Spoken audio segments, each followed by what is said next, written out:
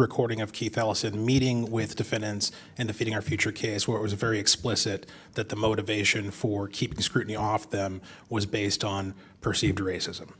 Ma'am? From the mouth of a whistleblower. You appear to be so this is what a whistleblower was told. You appear to be holding back these contracts because they are going to a diverse community. It's not a good look. Okay. Do you think Somalians should be tied to these crimes should be deported, ma'am? If they're not here legally, yes. If they are citizens, they should go through the criminal justice process. And then there might be other categories, but I would have to better understand. I agree.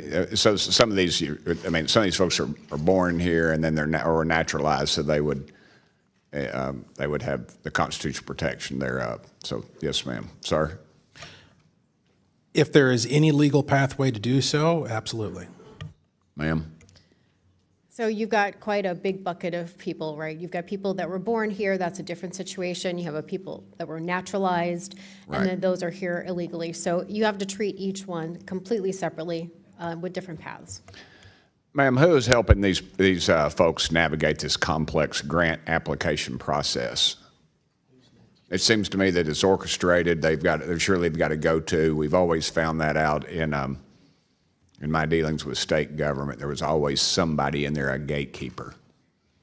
Yes, and my colleague, Representative Hudson, could speak to it. There is a sort of a cottage industry of Somali consultants who help this. I bet there is. Yes, sir. Yeah, as I stated in my opening statement, I've personally talked to two gentlemen who have worked as consultants for multiple entities receiving government benefits. And they don't believe they're doing anything wrong, and by the letter of the law, they might be legally acting, but they have created an industry out of benefits that were intended to lift people up, not become a business. Add to that, ma'am? So that is something that we have heard repeatedly from whistleblowers and others, that there is, yes, I would call it a cottage industry of people that when you land on our soil, that they are going to teach you all the different ways to sign up for multiple social service programs. And there's also that. So they sign up for the max amount, which is probably why there's a report that just came out on December 13th of last year that says that 81% of Somalis were receiving some sort of welfare in Minnesota. If you don't know the answer to this, just tell me. Do you have any knowledge or heard any talk that the Somalis are directing any of these funds to American U.S. tax dollars to Al-Shabaab, terrorist organization? There have been past criminal convictions in this, and currently we believe it's mostly happening indirectly as they send money to Somalia that Al-Shabaab takes a cut. Y'all agree with that? We good with that? Do you think the design of the social service programs incentivizes fraud and abuse? Absolutely. There's no doubt about it. When you are willing to hand over a sack of money to somebody on the assumption that they're going to provide a benevolent service and then you never check to see if they actually did, obviously you're going to invite fraud, waste, and abuse. Ma'am? Yeah, absolutely. We just stood up a new program that we'll probably talk about in a little bit, which is the Paid Family Leave Program. It was literally designed by Democrats to have waste, fraud, and abuse on a grand scale. Okay, I'm going to be out of time. Mr. Chairman, thank you. But I think America, we're sick of the hearings. We're sick of all this.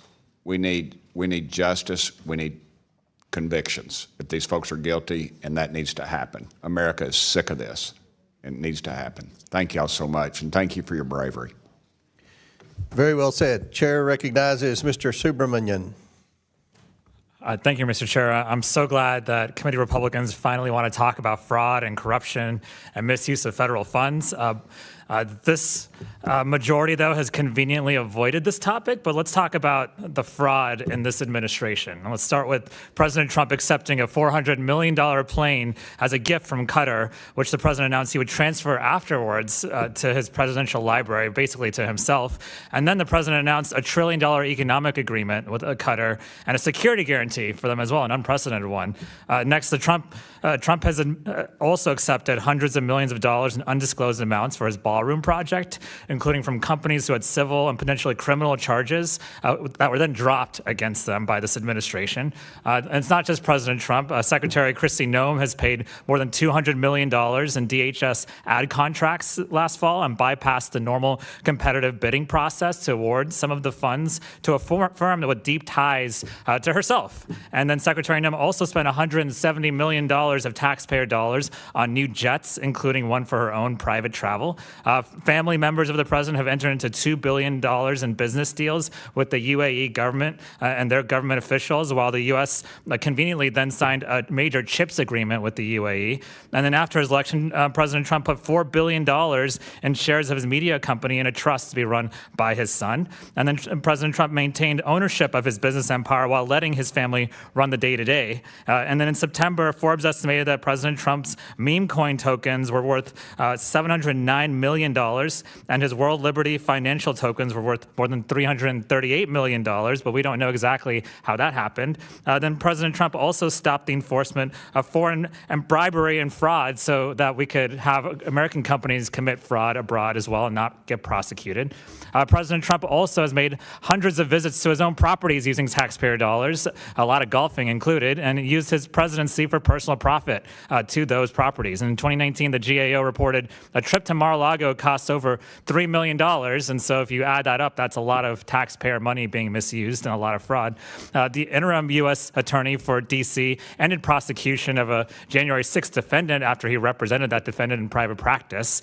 President Trump pardoned fraudster Trevor Milton, a former CEO convicted of fraud in 2022, who, with the stroke of Trump's pen, escaped paying the $600 million in restitution that prosecutors argued he should pay to people who've invested in his company. According to the Washington Post, at least 20 people who have received clemency from Trump were given forgiveness for financial penalties totaling tens of millions of dollars. And then President Trump pardoned Binance founder Changpeng Zhao, a money launderer, after getting support for a family crypto venture. And then President Trump also pardoned CEO Andrew Weidenhorn for stealing $47 million of his own money from his own company, but had his case dropped after he donated to the president. And then President Trump also pardoned the founder of the electric vehicle company Nikola, who was convicted of fraud and donated $1.8 million to political committees supporting President Trump. And prior to his confirmation, Secretary Hegset's wife owned thousands of dollars in defense stocks, including companies that contract with the DoD. And DoD Secretary Hegseth brought his wife, who has defense company investments, to meetings with foreign defense officials at a NATO gathering where Ukraine policy was discussed. And from recently passed funding legislation, U.S. senators can claim over $500,000 in taxpayer dollars over phone record collections during the January 6th investigation. We just commemorated the 5th anniversary of January 6th. And then border czar Tom Homan dodged FBI background checks and accepted $50,000 from undercover agents acting as business people in exchange for government contracts. The DOJ investigation of that was shut down by this administration.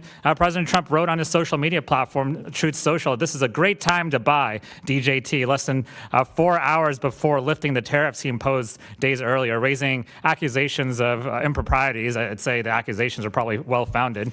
President Trump's FBI director has reportedly used taxpayer dollars to escort his girlfriend's friend home from partying in Nashville. RFK Jr., the secretary, refused to fully cut ties to a vaccine lawsuit against a pharmaceutical company while serving as secretary, arrangement that profits from the suit would go to his son. Saudi-funded golf tournaments moved events to Trump golf courses, providing a financial windfall for President Trump and his family as his administration sets Middle East policy. FBI Director Kash Patel refused to divest from stock holdings in a company that controls a Chinese fast fashion firm accused of using forced labor and child labor, raising questions about the extent to which he'd enforce human trafficking laws. President Trump's God Bless the American Bibles, which was a $3 production cost and $60 tag per copy, are printed in China. The Bible, however, is exempted from Trump's tariffs on China due to an exemption for religious materials. And I could keep going. Tom Krause, the CEO of Cloud Software, was hired to work on a payment system at the Treasury Department, raising questions about competitive advantages for future contracts. A Cloud Software subsidiary previously donated $1 million to Trump's inaugural fund. And the first directive issued by the U.S. Department of Energy Secretary Chris Wright focused on advancing geothermal energy, which benefits Fervo and which his former company Liberty Energy had invested $10 million in. Commerce Secretary Lutnick. Gentleman's time's expired, 40 seconds over, and I've been cutting members off. I have more. You have what? I have more, but I'll yield back. Okay. Chair recognizes, and you can submit anything you want to the record. We'll put in there. Chair recognizes Mr. Ms. Chair. Boebert from Colorado. Thank you, Mr. Chairman, and thank you to the witnesses for being here today. Representative Robbins, did your Fraud Prevention Committee raise formal concerns about suspected child care fraud to DHS or state leadership before federal indictments were issued? So the original federal indictments came before I was elected back in 2015 or so, and then we thought DHS had cleaned it up, and they did not. So we did a hearing last February of 2025, and we provided them a list of child care facilities we thought they should check out. My understanding is they have not, and so we're hoping that they will take this seriously and go investigate with on-site visits what's going on in these child care facilities. And when you raised awareness, were the governor, Governor Tim Walz, and the Attorney General made aware of these warnings? Oh, I'm sure.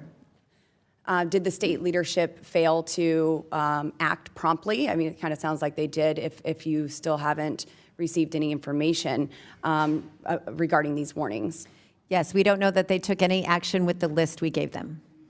And Representative Robbins, what recommendations from your committee were given and ignored? So in general, we always try to look at internal controls, and we've asked, I mean, it's not complicated. We want them to go make sure recipients are eligible, that providers are eligible, that services are actually being provided. Our staff has gone to many of these places, and so it's not just the Nick Shirley video. Our staff has gone and looked at this, and there are literally no one there during business hours. Some of the offices where we have the address are empty. Like there's no furniture. So they are not doing their job. Thank you. Mr. Ballou, does the Department of Justice have more resources to uncover fraud than a 20-year-old YouTuber? Yes, but those resources are declining. Are they still more than a 20-year-old YouTuber with a cell phone camera? Yeah, as I mentioned earlier, the primary office that would be responsible for prosecuting public corruption, which is what is being alleged today, has essentially been decimated. Most of the attorneys have been fired or left. Was it decimated when you were there? Was there funding there then? Yeah, so Yeah, it was there then. So why did the Department of Justice under the Biden administration ignore repeated attempts to uncover this massive fraudulent misuse of taxpayer dollars? As you may recall, the indictment actually happened during the Biden administration. And what action has been taken in the state to ensure that this isn't happening? Because we just saw dozens and dozens of centers that are receiving hundreds of millions of dollars collectively that are not functionally operational. Yeah, well, in 2022, under the Biden administration, over 70 people were indicted for exactly this scheme. So, Mr. Ballou, yes or no? A Medicaid program with low barriers to entry and minimal reimbursement requirements, that's something that would be highly vulnerable to fraud if oversight is weak, correct? Exactly, no? and the challenge is that oversight Thank you. is being Yes or no? cut further because Thank you for your the answer. tax- Mr. Ballou, yes or no? When a program projected at $2.6 million explodes to over $100 million annually, that's a glaring red flag. The problem that we have is that all the oversight at the federal level Yes or for no? this Is that a being red flag cut. when a The challenge- $2.6 million program The challenge that we explodes to have over $100 million? Yes is or the no? offices that Yes are or no, sir? responsible for identifying those red flags are being defunded. Mr. Ballou, yes or no? When the same individuals or networks bill multiple Medicaid programs, that indicates organized fraud. And the challenge that we have is Yes that or the no? Does that folks indicate handle- fraud when you're getting the same individuals and networks that are billing multiple Medicaid programs? Precisely the offices that would identify that are being defunded. As they should be. Mr. Ballou, yes or no, did the Biden administration cover this up for political reasons? Because uncovering fraud on this massive scale would have hurt the 2024 Democrat vice presidential candidate. Just so I understand, are you saying that the offices that uncover fraud should be defunded? I'm saying that these programs and the fraud that is taking place should be defunded. My understanding is what you were just saying is that the fraud programs So no, we need to uncover these, but they're And the challenge these that we actual have is that programs those that are offices are ballooning to being $100 million. And if you could get back to the question I just asked, was this covered up because you thought it would hurt the 2024 Democrat vice presidential candidate? The office Governor that would Tim Walz. investigate that kind Yes of or no? alleged public Yes or integrity no? fraud has been defunded. In 2024, it was not defunded. And was this covered up to protect a vice presidential candidate? Yes or no, Mr. And Ballou? prior to 2024, over 70 indictments were brought under the Biden Mr. Ballou, was administration. this covered up to protect a political candidate? Once again, that office has been defunded, and there are Thank you, over Mr. 70 Ballou. indictments I'm brought sorry under that the you're Biden not answering administration. questions before this committee correctly. Thank you. And who's next? Okay. Thank you. Chair now recognizes Ms. Tlaib from Michigan. Thank you so much, Mr. Chairman. Thank you all so much for being here. I think as someone who served in the State House, I know how important it is, no matter if there's a D or R next to any name of anybody that's in charge, to make sure we root out any sort of fraud, scams, because we know it hurts everyone. But as a Muslim American, I got to ask you all as a public servant, because, Representative Robbins, Hudson, Rarick, do you believe every Somali in Minnesota is engaged in fraud right now? Yes or no? You can start. No. No. Absolutely not. Do you believe that Muslims are demons? No. No. Absolutely not. That's a ridiculous thing to even say. I hope nobody says that. Yeah. Well, I just think it's really important, as you all do the job that you need to do, to also root out hate and divisive language that you can't imagine a child listening to that. You know what I mean? And they're seeing that. And I'm telling you, as somebody that grew up Muslim in America, sometimes you're just listening to that and you feel othered. You feel like you're less than, that maybe the things that are being said are true. And so, Mr. Chair, I have to submit for the record, I know this is not your only source, I heard you, but, unnamed source in a viral Minnesota Somali fraud video is a right-wing lobbyist who called Muslim demons. But why this is more disturbing, and I don't know if any of you shared it, but I want you to know that who shared it, despite this, and all the falsehoods that my colleagues have already highlighted in a very, very shameful way, that this video has been shared widely and proudly by Attorney General Pam Bondi, by FBI Director Kash Patel, by Vice President J.D. Vance, who actually called the video, quote, far more useful journalism than any of our winners of the 2024 Pulitzer Prizes. The video creators, Nick Shirley, has built this career, right? But on a lot of Islamophobia and dehumanization, that I just feel as public servants, as you root out fraud, and you have to, that you don't make it out that it's about the Somali community. It's about maybe not having the checks and balances, and maybe, again, wanting to do that. But I urge you all, because this is the same person that also talked about the community I represent in the city of Dearborn. And again, there are children watching. And I say this, that racist rhetoric, no matter faith or ethnicity, against any of our neighbors is not going to prevent fraud. Doing this will not prevent fraud.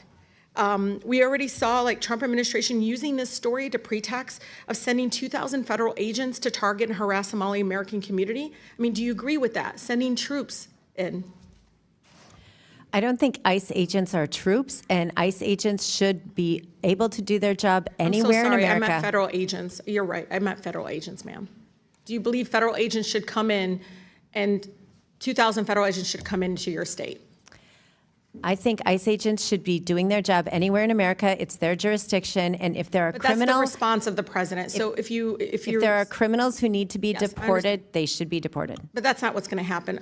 Representative Hudson? I absolutely welcome immigration enforcement in the state of Yeah, Minnesota. but do you think it's really immigration enforcement? Because they're racially profiling. They're going to just stop people that look Somali or look Muslim or ethnic and just harass them. And I'm telling you, as somebody that for the first time ever. My mother in 50 years being here, and the sweetest woman, she'd feed anybody. She doesn't care if you're Republican, Democrat. She would make sure you're not hungry and fed. And she's carrying a passport for the first time in her life here because she knows because she wears a hijab, she might be stopped by an ICE agent. Is that the kind of militarization? I know you won't get stopped, but somebody like my mother and somebody like your Somali American neighbors in Minnesota will be stopped in a way that is dehumanizing. They do it in front of kids. They don't care. And I'm saying this to you and asking all of you, do your job, but don't allow your job and what you're doing to be utilized as a racist trope that all Somali Americans are criminals, that Muslims are demons. It's incredibly dangerous. And so, Representative Robbins, Hudson, one of the things that the collective punishment, right? I mean, the fact that now I'm seeing the Trump administration say, okay, we're going to cut child care and social services to California, Illinois, New York, Minnesota, Colorado. Like, is that really the answer? Is that going to prevent fraud? Do you believe cutting 23,000 kids from child care, do you think that's going to prevent fraud? So my understanding, it's not being cut. If they can document that the actual children are there and that they have attendance records, they will get the funding. So this is a misnomer saying it's all going to be cut. It's Okay. not true. We'll see. Representative Hudson? I tend not to blame firemen for water damage when they put out a fire. Okay. And that's what's going on. So you're good with them cut. Okay. How about you? I believe in the due process of law. And so back to your comment about your dear mother, because she wears a hijab and she has to carry her passport. So I think that every person has value. Everyone is a child of God, right? And we may have a different name, but here's the thing, is that they all deserve respect. Absolutely. They all deserve kindness. They all deserve the process of law Absolutely. and due process. And I'll tell so you, that I is what think- we believe in. And I see it among my community. It's a very diverse community. We're calling people on other, folks that are, no matter what their background is, because we don't want any criminal activity or fraud because we know it hurts everybody. But I'm asking all of you, as you do this, your job, call out against the racist comments. Protect everyone in Minnesota, no matter their faith or ethnicity. So be careful in sharing these videos. I'm sorry, Chairman, this is important. Be careful as you do your job not to allow people that you all are trying to root out fraud to be used as a ploy to go after Muslims and And Somali ladies, Americans. time's expired. Thank you. Chair, before I recognize Mr. Cloud, Mr. Gill has a unanimous consent request. Sure, yep, this is from the Minnesota Reformer, Somali American former investigator, why you're hearing about fraud in my community. Without objection, so ordered. Chair now, do you have another one? Okay, Chair recognizes Mr. Cloud from Texas for 5 minutes. Thank you, Chairman, and I appreciate you holding this hearing. It's important, as you have mentioned at the outset, that we continue our work to uncover waste, fraud, and abuse, and especially in holding this hearing, kind of brings some light to this issue that the media really, they were scooped. And so in a sense that they're having to cover this issue when really they should have been the ones to investigate and reveal this is telling. No doubt there's fraud everywhere. When you're spending trillions of dollars, there's going to be pockets of fraud. But one of the things that's been revealing this year as we've worked through the DOGE process is uncovering the extent of the fraud, how it's been systemized, weaponized, and how we've really unveiled that it's the world's history's largest money laundering scheme. And much of this should be a bipartisan issue to go after the waste, fraud, and abuse, but what we found out is much of the taxpayer funding is going to uphold leftist organizations and their campaign practices and the like. What's particularly telling about this issue in Minnesota isn't the fact that there's waste, fraud, and abuse. No doubt that's happening in a number of states, and we need to continue the work to clean it up. But the way that this has been systemized, institutionalized, and the corrupt and corrosive nature and even criminal coercion that went on from the governor's office and his administration is particularly troubling. I think it's notable that the Biden administration was aware of this, even as they tried to sell the Harris-Walz administration on the American people, and perhaps that's why we didn't see this come to light as we should. But Representative Hudson, I appreciated something you said in your testimony in the sense that you said how the structure of these programs creates incentives that reliably produce the waste, fraud, and abuse across multiple service areas, regardless of the program or intent. And this is kind of what we see oftentimes, that for good intentions, maybe Congress upstands these programs, but over the decades, what we've seen is they've expanded to where many of them almost end up being a system of waste, fraud, and abuse with a veneer of care and concern for people. And our job in Congress is to help bring the tools to make sure that that doesn't happen. And so the ranking member said, where fraud exists, we should look into it.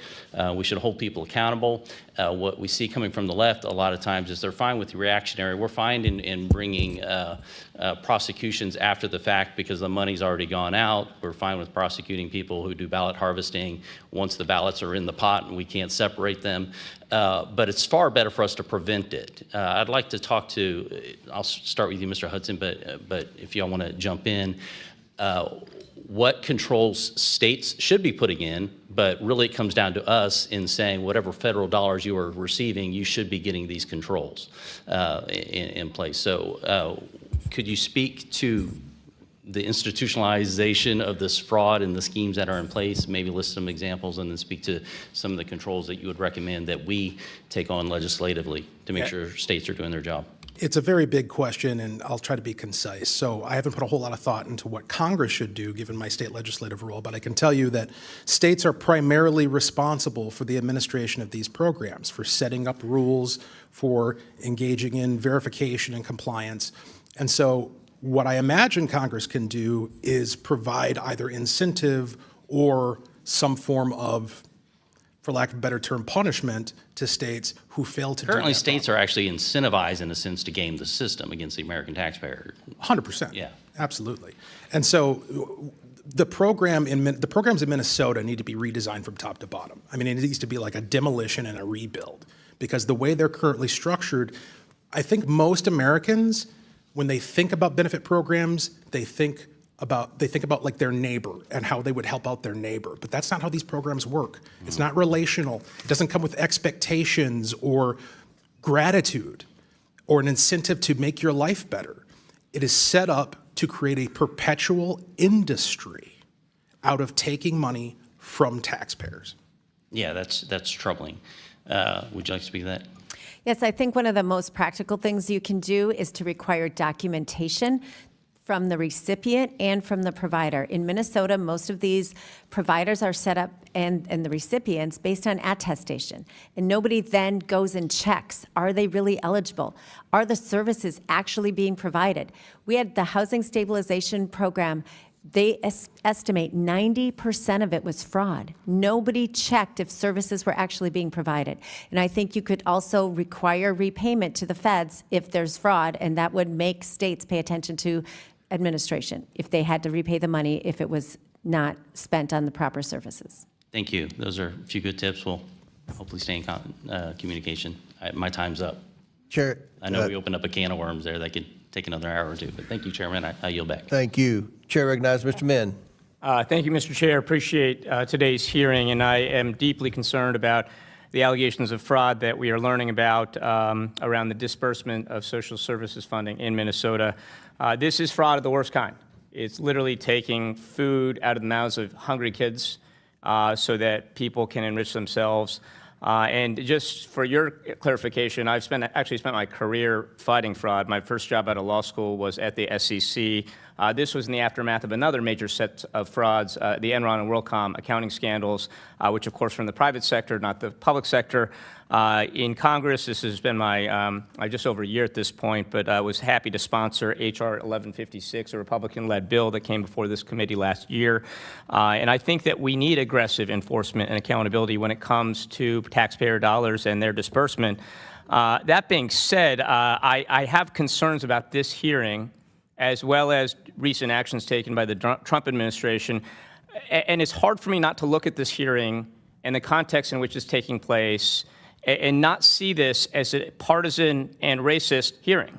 And for the reasons mentioned by my colleague, but we have not had other hearings when it comes to fraud that takes place in Republican-led states. We've not had hearings in this committee, as far as I'm aware, and on another committee this year, as long as I've been in Congress, that go after those who are not Somali American. And so I hope you all can appreciate that by holding this hearing, in isolation of any other hearings around oversight or fraud, that it looks like we're going after one community in one state when we know it's rampant. So I guess my first question to you all, and you all can raise your hand, or if you don't want to raise your hand, feel free to not raise your hand, but do you believe that fraud only takes place in Democratic-led states? No. Okay. No, And do you believe that fraud only takes place in Somali communities? no. Absolutely not. No. Would it surprise you to know that the Congress has not done hearings on either frauds that have taken place in Republican-led states or on frauds that have taken place in non-Somalian communities So this year, since I've taken Congress, or that this Oversight Committee in particular, in this session? the Minnesota legislature, we are literally drowning in fraud. Those are yes/no questions. And I'm going to so reclaim my time, so we thank you very spend much. all of our And so I time would just say doing that that. if this was a serious hearing, if this was a more serious attempt at oversight, we'd be looking across the board. This is also hard to not take in the context of President Trump's announcement, I think just yesterday, that he would be illegally, I would add, withholding funds for child care and other purposes from states led by Democratic governors, including not only Minnesota, but my home state of California, as well as several others. Kids are going to go hungry in my district when we have not seen evidence of any type of fraud on the scale we're talking about in California, in Colorado, in Illinois, and yet Donald Trump is withholding funds from those states. And so it looks like a very partisan effort here to go after blue states. $10 billion is being withheld. $10 billion. And we already have struggling people right now trying to pay the bills because of rising healthcare costs, inflation, et cetera. It's cruel and vindictive. It is also, I think, another example of the ways in which President Trump and this committee and this Republican-led Congress look increasingly like they're weaponizing the government to go after Democrats and people they perceive as their political critics rather than going out and trying to address fraud in all ways, shapes, and forms. We know, for example, that there have been massive frauds that have been uncovered in places like Florida, Texas, Louisiana, and Mississippi. And I want to highlight Mississippi because Mississippi has made a lot of news recently because they've had the largest public corruption scandal in their history. And yet this committee has not addressed that once. We have not done a hearing on it. There's been no letters or inquiries, as far as I understand, this year at my time in Congress. So this is quite problematic. It includes celebrities like Brett Favre, we all know about. And so it's very problematic to me that we are not actually doing this. Now, Mr. Ballou, you mentioned earlier that it's hard to uncover fraud or know about fraud or know the motivations when we are getting rid of Inspector General. I think that was your implication. And I just want to lean into that just a little bit because I think what the Republicans have done in your state actually makes a lot of sense to me. Receiving tips from the public, investigating those tips, and then trying to provide transparency around your findings. And yet that is, Mr. Ballou, that is what Inspectors General do, right? That's precisely their job. And would it surprise you to know that this committee, which is tasked with overseeing the federal government, has done 0 hearings since Donald Trump fired all the inspector generals at the beginning of his term? That's unfortunate. We really can't have a discussion around fraud, misuse of taxpayer dollars, or waste if we aren't talking about the fact that we just got rid of all the people that are supposed to oversee that.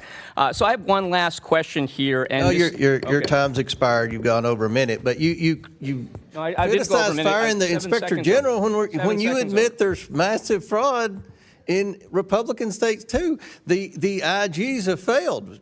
Can I Why ask should we you keep point funding of these parliamentary- agencies when there's evidence that the money has been defrauded? I have a parliamentary inquiry for you, sir. Well, go ahead. Are we allowed to use this committee's resources to only go after fraud or states of one party? No, we can go after fraud in any part. So are we going to look into Mississippi the way that we're looking into Minnesota? If you bring stuff forward, you have whistleblowers come forward, we will look after it in any state. You will hold a hearing. Do I have your commitment? Well, it depends on the evidence. All right, Chair now recognizes Mr. Burleson from Missouri. Unanimous consent Thank you, to Mr. introduce an Chairman. article And into the I would- record. I've already recognized I'd like to- Mr. Burleson. Thank you, which Mr. is- Chairman. I appreciate it. And actually, I'd like to remind the committee that this party, this side of the aisle, has dedicated tremendous resources to rooting out waste, fraud, and abuse. In fact, the chairman set up a committee called DOGE that the other side of the aisle demonized and criticized in our efforts in which we had multiple hearings to identify waste, fraud, and abuse throughout all of the government agencies. And so I applaud the chairman and this side for the work that we've been doing. But Sadly, Minnesota has become an example because of the extent of the waste and the fraud. I have to ask, it must be embarrassing for the citizens of Minnesota, Chairwoman Robbins. So I'm not embarrassed to be from Minnesota, but I am frustrated and angry about the theft of taxpayer money. I have family that live in Minnesota. It's a wonderful state, and I know that they are angry, that they're very frustrated. So I think that we talk about the amount of money that's being wasted, $9 billion, that seems like an abstract amount, but let's break that down. $9 billion stolen from less than 6 million citizens of Minnesota, correct? That's per individual. Imagine, right? Every citizen of Minnesota, your bank account, suddenly someone took $1,500 out of your bank account. Every taxpayer, there's around 3 million citizens or taxpayers in Minnesota. Every taxpayer just had $3,000 stolen from their bank account. How does that feel to a citizen of Minnesota? Minnesotans are so frustrated because not only have we had that money stolen from us, but we had an $18 billion surplus that Tim Walz spent and then raised our taxes $11 billion and left us with a $6 billion deficit. So we've had the fiscal mismanagement on top of the fraud, and Minnesotans are completely fed up. In Missouri, there's also an opportunity cost to all that money. So in Missouri, we just greenlit a project to add more lanes to I-70, which runs from one end of the state to the other, and it was less than $3 billion. You could imagine people in Minnesota could enjoy adding additional lanes on interstates, on 3 of your interstates, I-35, I-94, I-90. Don't you think the people of Minnesota would love to have wider lane or more lanes added to their highway infrastructure? They absolutely would. But even if we stayed in the social service realm, there was $104 million in 1 year that was fraudulent in the Housing Stabilization Service. If we could have taken that $104 million and put it into supportive housing, we would have done a lot to solve the homelessness problem. So every time these dollars are fraudulently stolen, it is a huge opportunity cost for Minnesotans. Absolutely. And you've been sounding the alarm for quite some time. Why has it taken until 2025 for these to fully come to light? The Fraud Prevention and State Oversight Committee was formed in 2025 once we had a tie in the House. So when the Republicans took majority, you were able to actually root out the waste, fraud, and abuse in Minnesota, which is why we now know about it. Yes, we're in a tie technically, but we were able to negotiate this as part of the power sharing agreement. I seek unanimous consent, Mr. Chairman, to enter into the record a article from the New York Post. Former Homeland Security agent claims prosecutors ignored Minnesota daycare fraud cases. They just evaporated. Without objection, so ordered. Thank you. So there's been investigations been going on for some time. I understand you don't report them or have really kind of bypassed the state agencies. You report directly to the federal government. Can you elaborate on why that is? It's pretty obvious why, but. So when my staff, we have a very small staff. We have one researcher on our committee, and then we as members also do a lot of our own research. And when we get an investigation that is credible, we do as much research as we can. But as I said earlier, we don't have access to bank records, health records, or the state payment system. And so based on that, when we get something that's credible, we turn it over to the Office of Legislative Auditor and to the U.S. Attorney's Office. I have been accused of hiding whistleblower data from the department, but when the department comes to hearings, we provide documents every time. I flagged 72 child care centers. We've given them lists of all of the housing, multiple addresses where there's more than 5 providers, sometimes up to 22 providers at the same address. They've done nothing with it.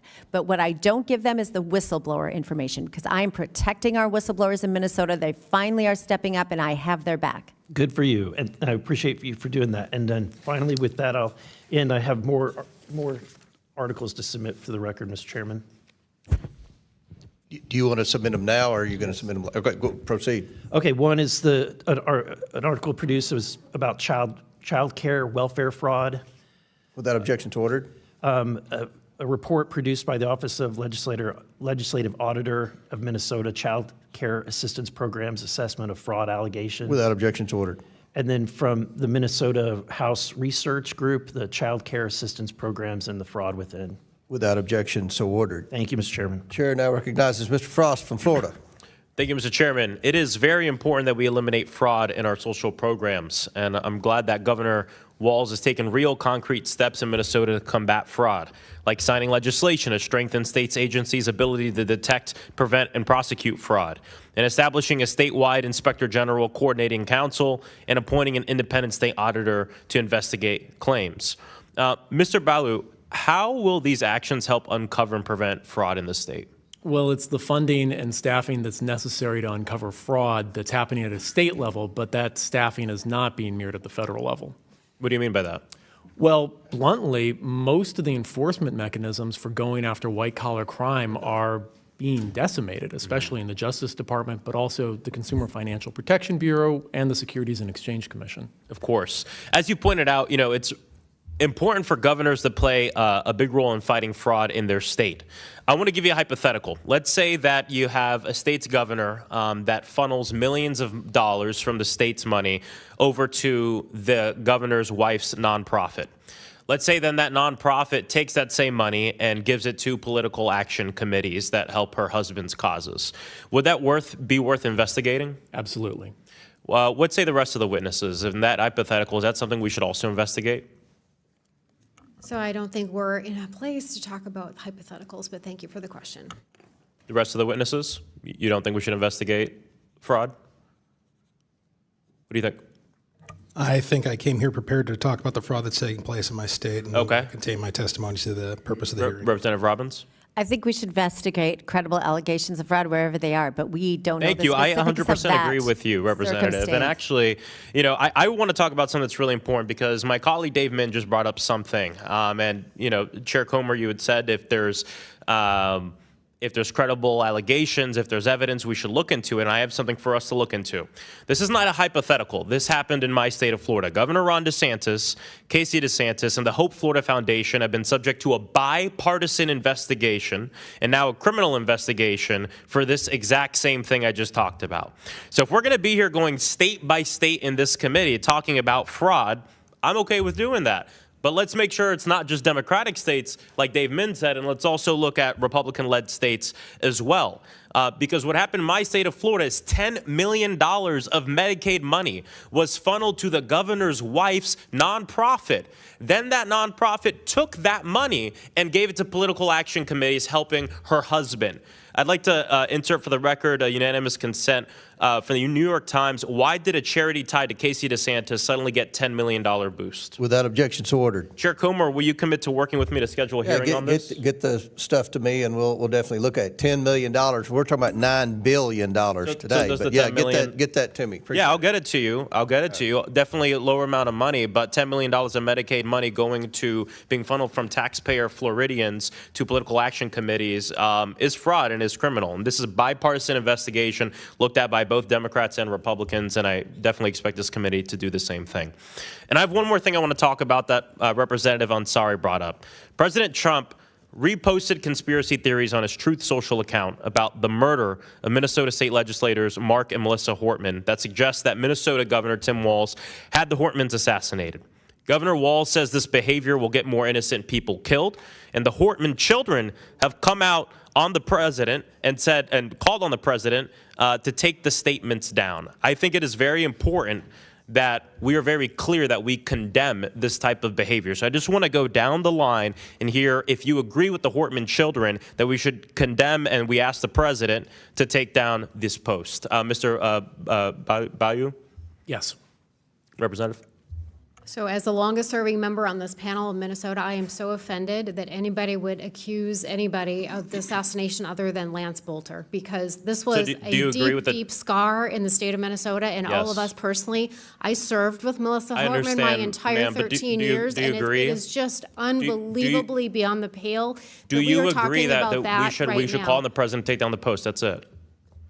I said what I said. I think that it's beyond the pale that anybody talk Okay, about you can't anyone come to call on the murdering, president, take down the post. So it's okay. anybody We'll move on. assassinating Representative Melissa Hudson, Hortman we'll move on. except Thank you, for ma'am. Lance Bull. Thank you, ma'am. We'll move on. You can't call on the president, take down this post. We'll move on to Representative Hudson. It's just a yes or no. I cannot deceive the committee by giving it a binary. I have spoken to this many times. I have renounced the content of these ridiculous conspiracy theories, and I've called them ridiculous on multiple That's occasions. great. Do you think it's appropriate for the President of the United States I to am repost not it? going to engage in the silly condemnation game. No. in a This is not. context- No. In a This is not context silly. This is the what president. did you have to say about the Hey, my assassination time. I'll of Charlie reclaim my Kirk? time. I'll reclaim What did you my have to say time. about Jay I'll reclaim Jones, my who's the time. chief I'll law reclaim my enforcement time. officer I'll reclaim in the my state time. of Virginia, I'll reclaim my time. fantasizing I'll about reclaim my shooting time. Republicans I will and reclaim watching my kids time. die The gentleman in their will mother's stop arms. talking I'm not on playing my this game time. in The that gentleman will context, stop ever. talking on my time. Order. We'll give you a few seconds to A few close, sec- Mr. Frost. I have to comment on this because this is not silly. It is not silly to expect good behavior from the people at the highest levels of our government. Do you expect from including, Jay Jones? No, not your time. Do you expect from Jay Not Jones? your time, including the President of the United States. I yield back. Gentleman yields back. Chair recognizes Mr. Timmons from South Carolina. Is that right? Yeah, Mr. Timmons. Mr. Chairman, we're only 1 week into 2026, and the Democrats are having a tough year. Here we are. This should not be a partisan issue. We've uncovered $9 billion in fraud. It doesn't matter if it's a red state or a blue state. That's $9 billion. And you got to remember, the purpose of these social safety nets is to help people that need help. And when we have that amount of fraud, it undermines the purpose of the social safety nets. The people that want and need the benefits that they are deserving because they're American citizens, they're unable to get them because people are stealing money. And it's even somewhat comical because just a few days ago, when the Trump administration executed the most incredible, they technically executed a warrant on Maduro, a narco-terrorist, they were able to not have a single casualty from our military. They limited collateral damage, and they executed what is truly just a perfect tactical military operation. And the Democrats have gone ballistic over it. Gone ballistic. This man has had warrants out for his arrest for 5 years. He's had a $25 million bounty, which was increased to a $50 million bounty. This is not a partisan issue. He has killed hundreds of thousands of Americans over the last few decades because he's sent drugs here for Americans to use and they've died from it. This is not a partisan issue. Venezuela was a huge step in the right direction. Peace through strength works. We got to get together and we got to work on the issues that the American people want us to work on. And seeking out waste, fraud, and abuse, seeking out $9 billion in theft of social safety net money is something that should not be partisan. And the fact that my colleagues across the aisle are going ballistic over these ridiculous ancillary issues and trying to cast shade over what should not be a partisan issue is just ridiculous. So get it together. We need to do the job that the American people sent us here to do. I want to actually point something out. So Representative Robbins, my understanding is that around $250 million in fraud was found in the 4 years of the Biden administration. There were a number of indictments, dozens of indictments. Is that number about right? Yes, I think now they're up to about $310 million for the Feeding Our Future. All right, thank you. So in the last year, we're at $9 billion. Is that the number you got? Yes, the U.S. Attorney has estimated that the total fraud in the Medicaid portion, which has nothing to do with Feeding Our Future, so it's on top of that $310 million, is half of it is fraud. Thank you. Mr. Blue, you see where I'm going with this? So you're saying that we have had, we've decimated the budget of the IGs, which, by the way, weren't doing their jobs because we've uncovered, $8.6 billion more dollars in fraud with less resources. So how do you explain your testimony earlier that we've decimated the entities that are designed to investigate fraud when we've uncovered exponentially more fraud with less resources? How do you explain that? You know, what we've been talking about today is not just regular fraud, but public corruption. And So the this is the thing. We are not having a hearing on public corruption. We are having a hearing on $9 billion in fraud associated with Minnesota social safety nets. And so you keep pushing back on that. You keep pushing back on this narrative that we should be seeking out waste, fraud, and abuse everywhere by saying that the Trump administration has decimated the entities that are designed to seek out waste, fraud, and abuse. And yet, those same entities have uncovered exponentially more fraud. The problem is that they haven't charged any public officials, and the public integrity section has your been logic is flawed, and you know your logic is flawed. I just wanted to point it out. It's okay. So I guess I want to get to this. We have a limited amount of money. We have $37 trillion in debt. We run a $2 trillion annual deficit. And we have spent much of this year seeking out waste, fraud, and abuse, trying to get our fiscal house back in order because we're running out of time. So this cannot be a partisan issue. We cannot solve these problems without a bipartisan approach. So I have a bill that I filed. It's called the TABS Act. And what it does is it uses technology to confirm income eligibility. So $1.5 trillion every year go to social safety nets that are means tested, meaning depending on where you live, if you make too much money, you don't get them. And so if we use technology to real-time verify, you can actually give the social safety net to the person that's seeking it way faster, in most cases immediately, and then you can remove them from that social safety net in real time. In the big, beautiful bill, we changed it from once a year to twice a year, and that saved $10 billion. If you do it in real time, you are going to save 20% of the money. So if you extrapolate that over 10 years, it's about $2.5 trillion in savings for means-tested social safety nets. These are the kind of things we need to be doing. This is not a partisan issue. We all agree that people fall on hard times, and we need to help them up. We need to help them up. But if we have $9 billion of fraud in Minnesota, imagine what we have in California. Imagine what we have in New York. Imagine what we have across this country, and we've got to get a handle on it because we're running out of time. We can't keep spending money we don't have. With that, Mr. Chairman, I yield back. Thank you. Gentleman yields back. Chair now recognizes Mr. Palmer from Alabama. Thank you, Mr. Chairman. Ms. Robbins, how long do you think the corrupt activity has been going on in Minnesota? We have whistleblower reports dating back from 2013 or 2014, so through the Dayton administration and the Walz administration. Over a decade. Okay. Why is it that we're just now seeing, having this fully uncovered, and I'm not sure it's fully uncovered yet? Why is it, I mean, you've got an attorney general, you've got a governor who claims to be pure as the driven snow, and you get a lot of snow in Minnesota. Why is it just now coming out? Well, because it's been a failure of the administration, particularly our Office of Management and Budget, who has responsibility constitutionally for this, and they have not been doing their job. But because we were able to create this oversight committee, it's the first time in the history of our legislature we've had an oversight committee. Would you agree that with this fraud going on over a decade and basically the lackadaisical or disinterested approach from your government, that's why it's necessary for the Oversight Committee here in Congress to take this up? Would you agree with that? I do. We're grateful for your help because we don't have the resources and we don't have subpoena power and some of the tools that you have. Well, the reason that, one of the reasons that I don't think we need to bring Mississippi in here is because they've been very aggressive in their investigation and prosecution along with the U.S. Attorney's Office. And I just want to point that out, Mr. Chairman, that we wouldn't be sitting here today asking the questions that we're having to ask if the governor of Minnesota, Walz, and the Attorney General and the other people that are responsible for oversight had acted expeditiously in investigating this themselves. So that's why we're here, isn't it? Yes, sir. I appreciate all of you being here. The charges and reports of fraudulent autism centers in Minnesota are shocking to me. Could you describe to us your committee's findings in this area, Ms. Robbins, and how these fraudsters were operating? It is really shocking. So there were autism centers that are a Medicaid waiver program, and people were getting paid kickbacks to sign their kids up to participate in the autism center so they could build Medicaid.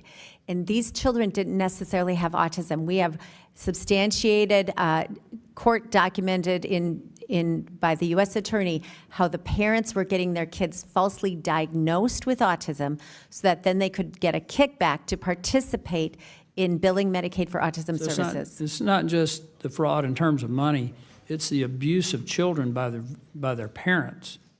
That has taken place here. And they were able to defraud the EDIBI program millions. Yes, I think we're just at the tip of the iceberg in understanding it. There's been a handful of charges, but we expect more.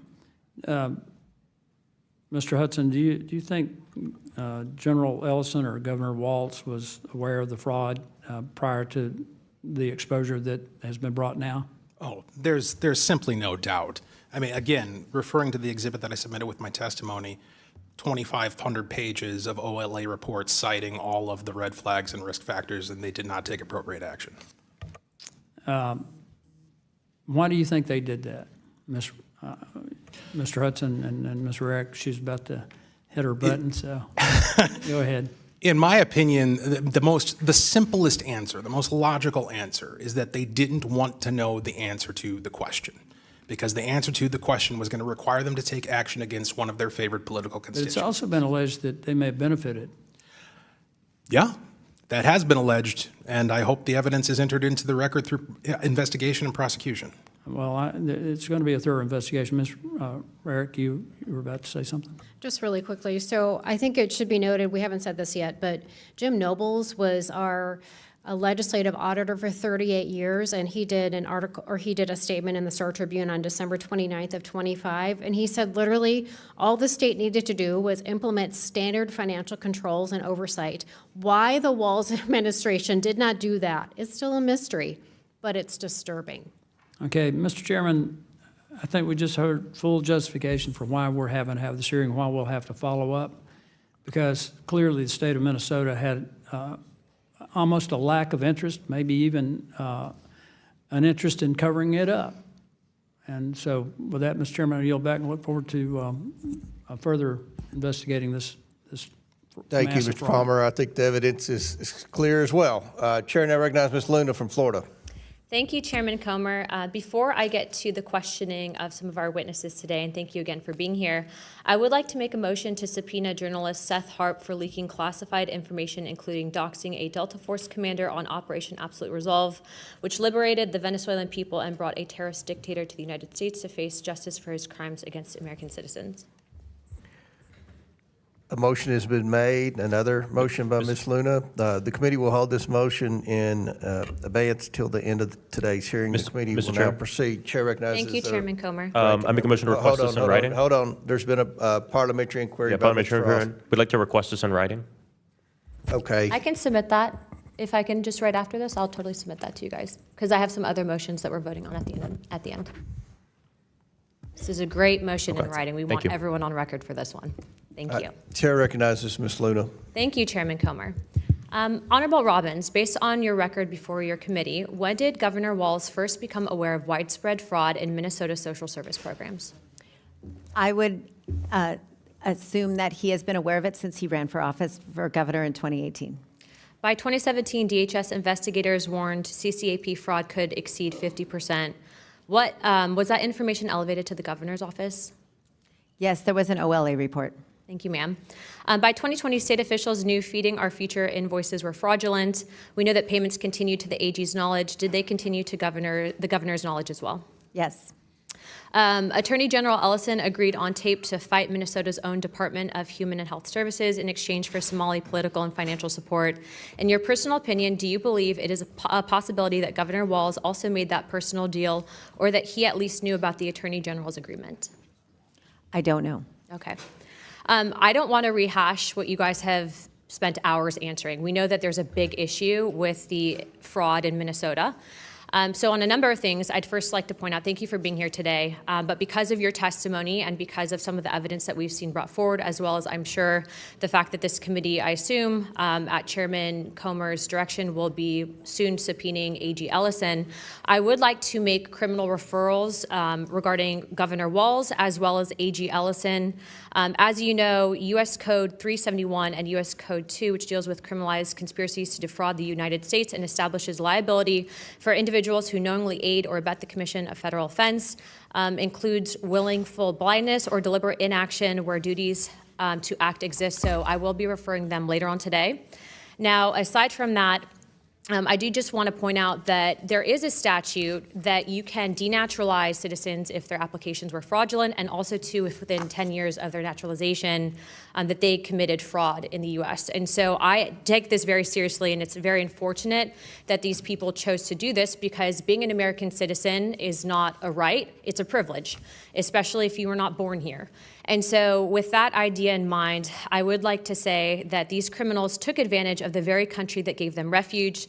They do not deserve the privilege of remaining here, and frankly, they don't deserve to even be imprisoned here, which is why, as the chairwoman of the El Salvador caucus, I work very strongly with President Bukele, and we also know that CCOT has proven to be a great facility to house people that are denaturalized and deemed not worthy of U.S. citizenship, and I will be making referrals for those individuals if they are found guilty. Thank you for being here today. Chairman, I yield my time. Will you yield the last 2 minutes you had? Yes, sir, to you. All right. So we've talked a lot about Governor Walz. I think you all have done a tremendous job codifying the fact that there's massive amounts of waste in Minnesota. This has been taking place for years, and yet nothing's been done. The Democrats want to keep spending more money. They're like, why are we cutting off funding temporarily? We need to spend more money, throw more money at the problem. That's not working. The American people aren't going to have it. Thank you all for being here today to talk about this. I know it takes a lot of courage, and I'm sure you're probably getting threats from certain people that have benefited from this, and others that are misinformed by some of my colleagues on the other side of the aisle.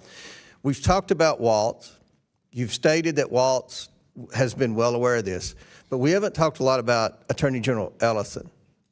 Very quickly, do you all have anything to add about his knowledge? Was he aware of this? Go ahead, Ms. Rank.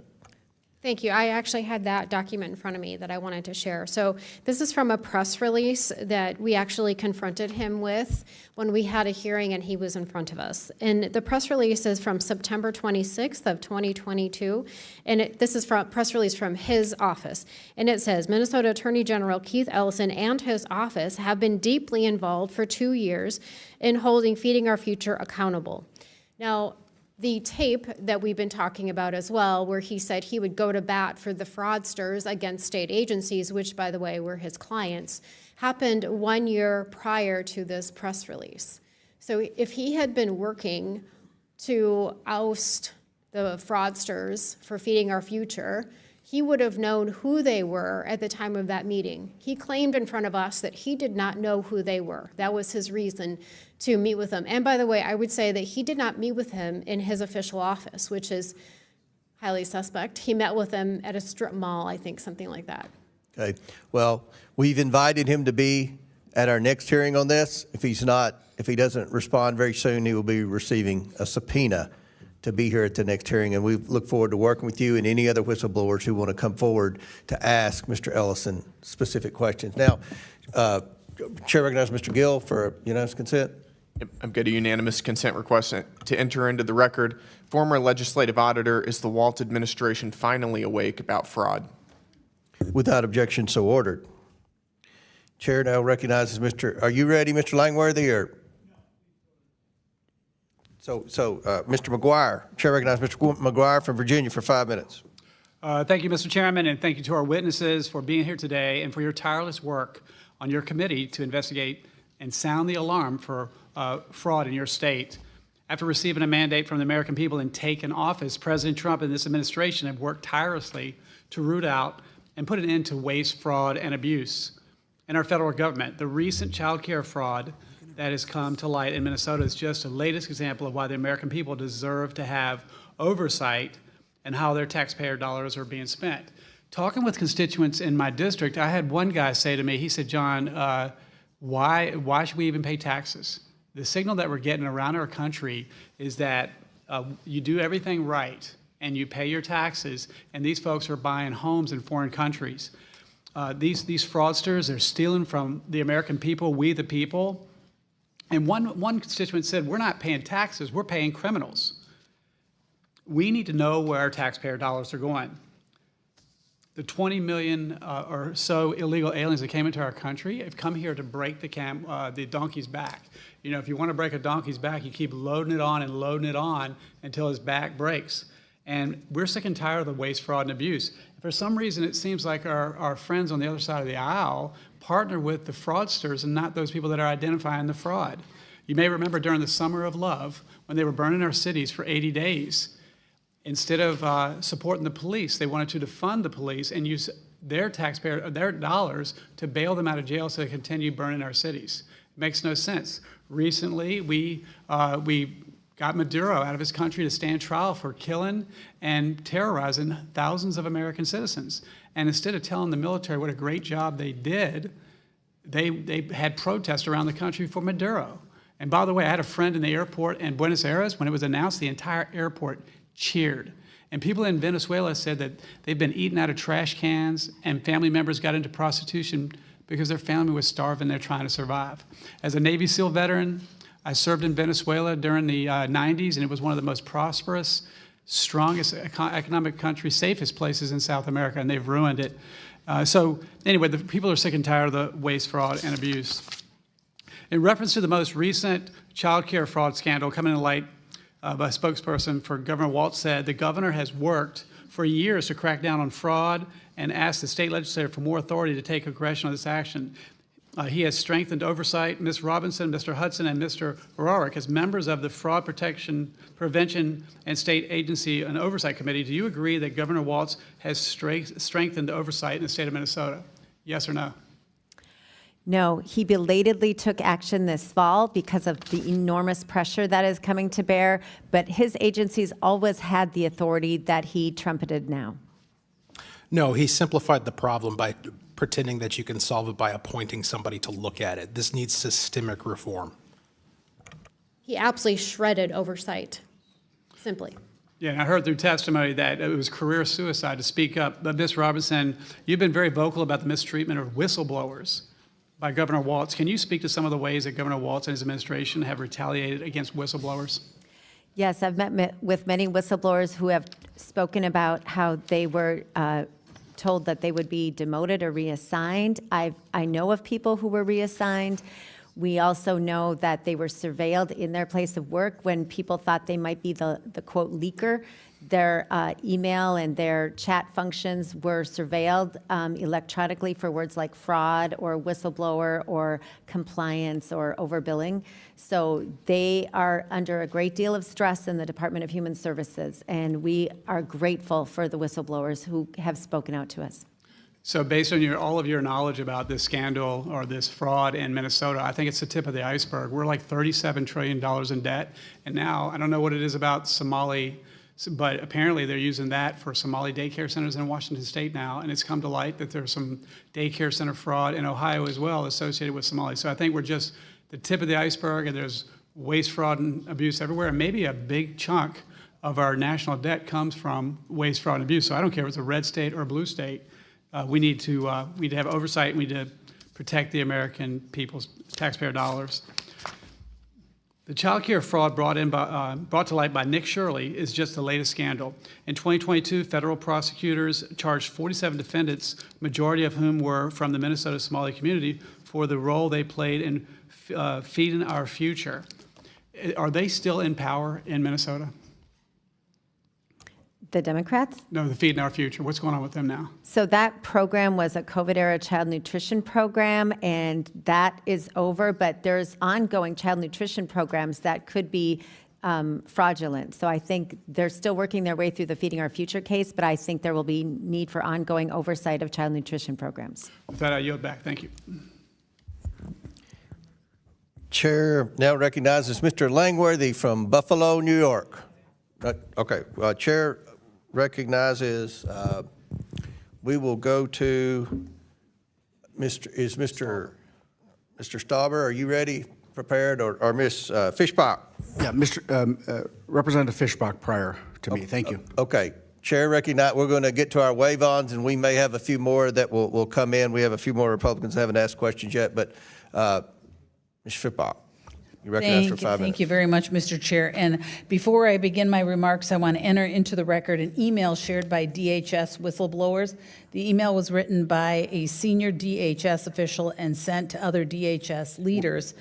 In the email, the DHS official talks about using military intelligence resources to track down whistleblowers' exact location.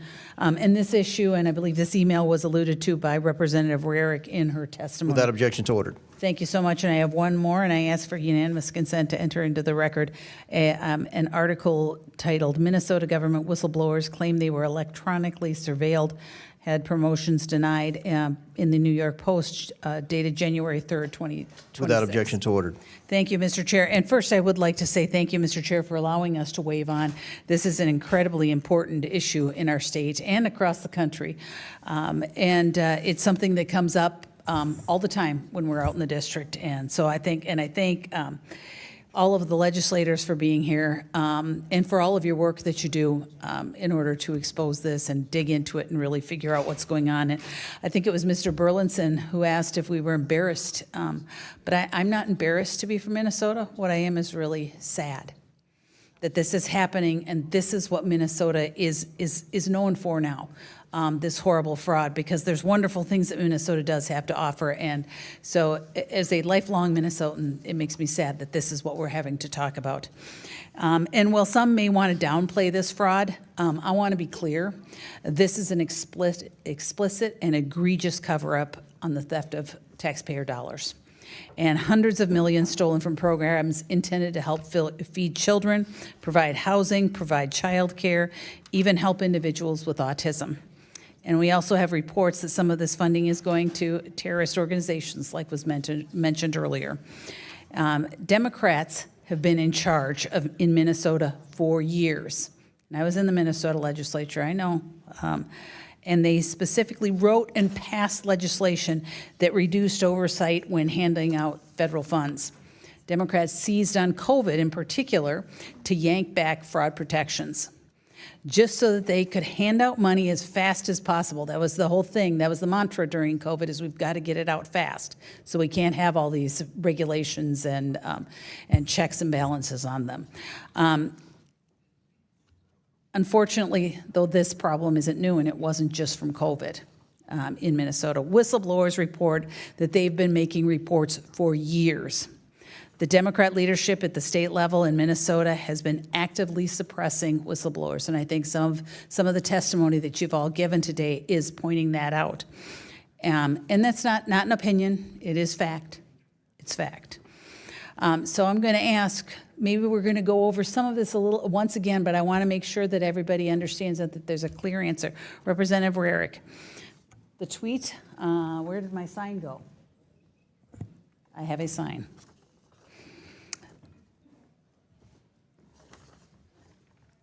Maybe we don't.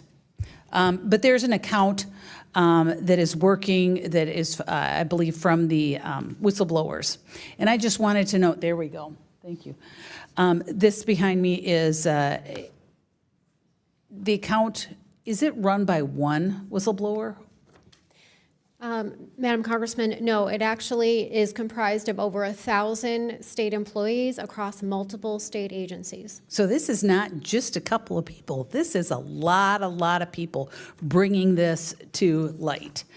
And were the whistleblowers ever made to feel unsafe on their attempts to report fraud? Yes, absolutely. I can give you 2 quotes that they have in the 7-page document that was submitted for this committee hearing. 2 things that they said is, think about your home and what if you lose your job? So these are things said to whistleblowers. Second thing was, we need information about where your kids go to school and where their bus stops are.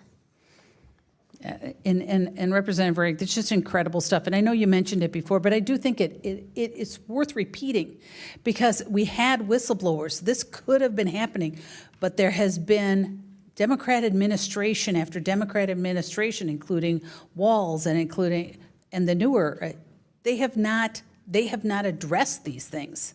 And they have not said, hey, whistleblowers, we believe you, and we're going to do something about it. And so that's the concern. And I just want to, I'm running low on time, but I wanted to just ask Representative Robbins, and I'm sorry, Mr. Hudson, but you've had some really good moments today, so I'll go to Representative Robbins. As chair of the committee, if these claims of retaliatory action are true, then it violates the law. So if these claims are true, then a state agency is violating our own state whistleblowers' laws. Is that correct? Sorry, so the whistleblower statute is for civil penalties. There is no criminal penalty for whistleblower retaliation in statute currently, but we are looking at that for the next session. But that's why when people say, why haven't these people who've retaliated against the whistleblowers been prosecuted, it's because there is no criminal penalty in statute. Has there been anything by the Attorney General's office, and this is maybe a question that I'll ask if he's comes, anything by the Attorney General's office that would deal with that? No, we passed a law this session to expand whistleblower protection because prior to this session, they could only report up through their supervisor or to the state attorney general. And when they did, they were either ghosted or they were retaliated against. So we expanded it so now they can report to legislators and they can report to law enforcement. And that's how we got this just deluge of whistleblower reports, because now they have somewhere safe to report. And you have been very indulgent, and I'll just say, after 15 years of Democrat administration in Minnesota, this massive fraud is coming to an end because we are going to get to it, and I appreciate the work that you have done on your committee, and we will do whatever we can to continue to bring it to light and prosecute those folks involved. So thank you very much, and Mr. Chair, I thank you very much for your indulgence. Thank you, Ms. Chair asks unanimous consent. Who said that? Oh, yeah, Mr. Bell. Mr. Chair, I ask unanimous consent to enter into the record this May 2025 report from the Senate Committee on Homeland Security and Government Affairs entitled Undermining the Watchdogs, the 19 independent inspectors generals fired by President Trump uncovered billions in fraud, waste, and abuse. Without objection, so ordered. All right, our next Minnesota wave on is Mr. Finstad from Minnesota. Thank you, Chairman Comer. Thank you for holding this important hearing today, and thank you to our great Minnesota legislators for being here. God bless you and your work. It's been so needed, and you have amplified and created such a voice and opportunity for us to get to the bottom of this, so thank you. Governor Walz's incompetence has put a spotlight on our state by enabling rampant fraud across federally funded, state-administered programs. And for those that aren't from Minnesota, in Minnesota, the Democrat Party goes by the DFL, Democrat Farmer Labor. Well, I'll tell you what, they kicked the farmer out a long time ago, and that F now stands for fraud. And that is wholly owned by Governor Walz, Lieutenant Governor Flanagan, and it's on them, and it will be on them forever. Minnesota taxpayers have had more than $9 billion and counting taken from their pockets, yet the Walz administration has failed to take meaningful action to stop this. Since Feeding Our Future scandal came to light, not a single individual responsible for ensuring accountability to these federally funded programs has been fired. Not a single. This would not stand a second in the private sector. I don't care if you're a bank CEO. I don't care if you're a greeter at Walmart. You would not have your job with the incompetence that Governor Walz has displayed in Minnesota. Since I was first elected in 2022, I've joined my Republican colleagues in the Congressional delegation, sending numerous letters to Governor Walz and his administration to expose the lawlessness occurring in our state with no response. The Minnesota state legislators here testifying have been on the front lines working to combat this failure and Governor Walz's failure to responsibly steward over the $9 billion in taxpayer money. I thank you for appearing here today. With that being said, we're talking about programs, housing stabilization, daycare, autism centers, Feeding Our Future. I mean, these are all compassionate, good Minnesota values. We want to take care of our neighbors in need. If our neighbors, if they're struggling to find the amount of money to put food on their table, we will take the shirt off our back to help our neighbors in need. These fraudsters preyed on the goodwill of Minnesotans. Minnesota is Minnesota nice, and these fraudsters knew it, and they took advantage of us.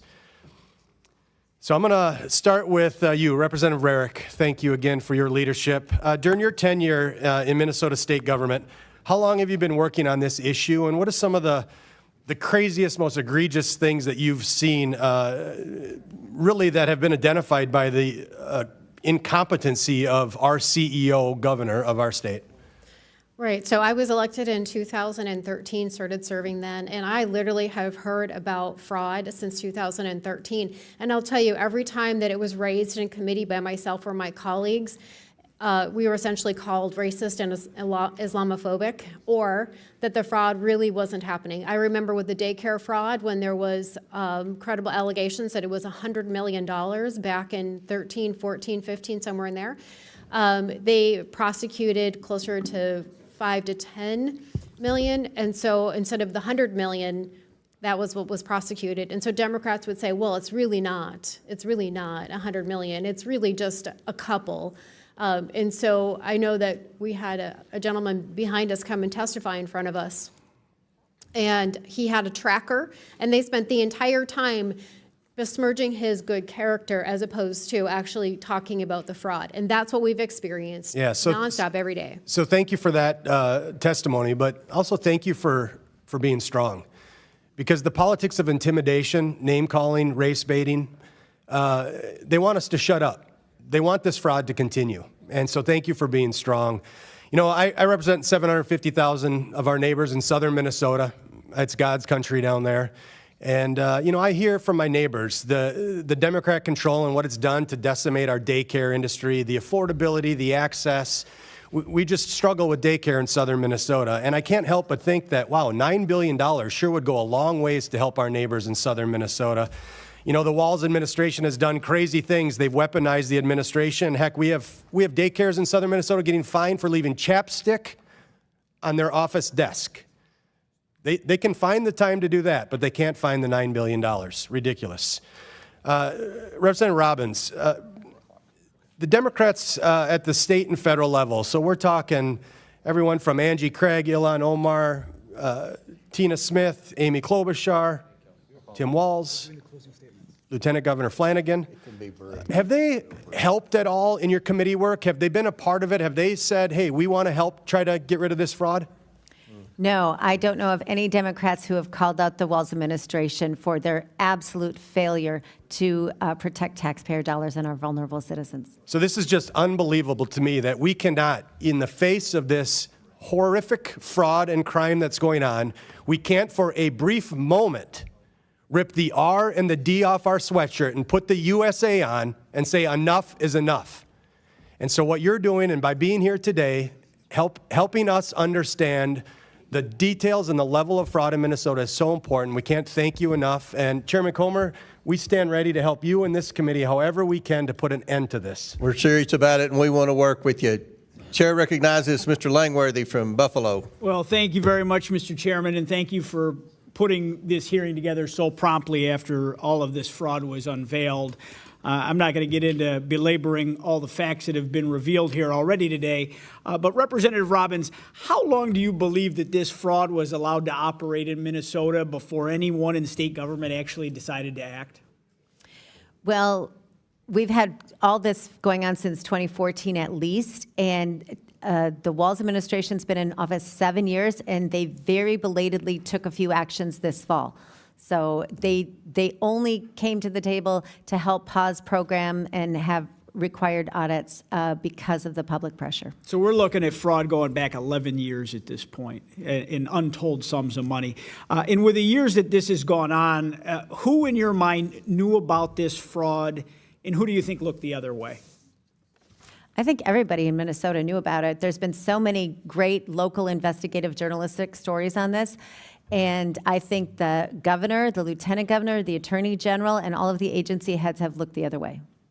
I really want to salute you and your colleagues that were on the front end of this, trying to get people to pay attention to this. And when you raised attention to this fraud long before Nick Shirley's outstanding reporting, Governor Walz and Attorney General Ellison actually refused to take your claim seriously. Isn't that correct? Yes, we gave them a list in February of last year of 72 child care centers we thought were problematic that should be investigated, and to my knowledge, they didn't do anything with the list we provided. Now, as an elected official, you obviously are out in the community. Is this blatant fraud something that people on the street are talking about? All the time. They're furious. And they know it. It's in plain sight. Everyone knows what's going on, but no one will act. Well, we're doing our best to act at the committee. You are, but the people that are actually in power, I come from New York, so I understand what blue state living's all about. It's infuriating because we see the same thing in our home state. And when you have people in power that refuse to do the right thing, even though the problem is an obvious one, it's really disheartening to the constituents and the taxpayers, the hardworking men and women paying the bills. And Representative Robbins, do you think that there was a political calculation that was made by the people that turned a blind eye, that it was more beneficial for them to allow and kind of green light the fraud? or were they afraid of political consequences if they actually did something about that from a constituency of Somalis? Yes, I think they chose to protect the fraudsters and the criminals over the whistleblowers and the taxpayers because, as the Somali investigator said, that feckless fear, they had feckless fear from the establishment, politicians, and state agencies when they were confronted with charges of racism and Islamophobic. So they were afraid of being called racist or Islamophobic, the Democrat politicians, and standing up to their base. So they just turned a blind eye. And with this, Somali population, this is part of the Democrat Party's base at this point in Minnesota, isn't that correct? Largely. Largely. So they were basically renting a constituency through the fraud at the expense of the taxpayer. That's wild. You don't have to answer that. I think that we all know the answer to that. And Representative Hudson, there is a child care affordability crisis right now, and young families in my district and across the country are making really tough choices to afford quality care. What impact has this fraud had on wait lists and staffing and simply making resources available for legitimate child care centers in your constituency? Well, as Mr. Finstead pointed out, in Minnesota, there's been a long-standing attack upon family-based childcare where folks would run businesses out of their homes. And when you're out of the city, that's usually the type of childcare you would have access to. And so in a climate where there's already been reductions in the availability of people to be able to receive childcare, again, going back to the firefighter putting out the fire analogy, yeah, it causes damage with the water, but it's necessary in this time because even though it hurts, because of the blaze that walls allowed to explode. It's amazing. This $9 billion in fraud went uninvestigated, ignored, swept aside for years. Not a single rogue bureaucrat, but by every Democrat official in the state of Minnesota who presented with clear, damning evidence chose to look the other way blindly. I cannot wait to see Tim Walz and Keith Ellison in those seats where you're sitting right now. But to everyone here, we cannot ignore who truly benefited from this failure beyond the perpetrators of the fraud. And that's Governor Tim Walz and the entire Democratic leadership throughout a constituency's votes that they bought by looking the other way and letting this happen. They effectively greenlit this theft of billions of dollars in taxpayer money through years of willful ignorance. And every single American taxpayer deserves full accountability because this isn't limited to just Minnesota. We have a lot of other states to start to look at. I mean, all the big blue handout states. I live in one of them.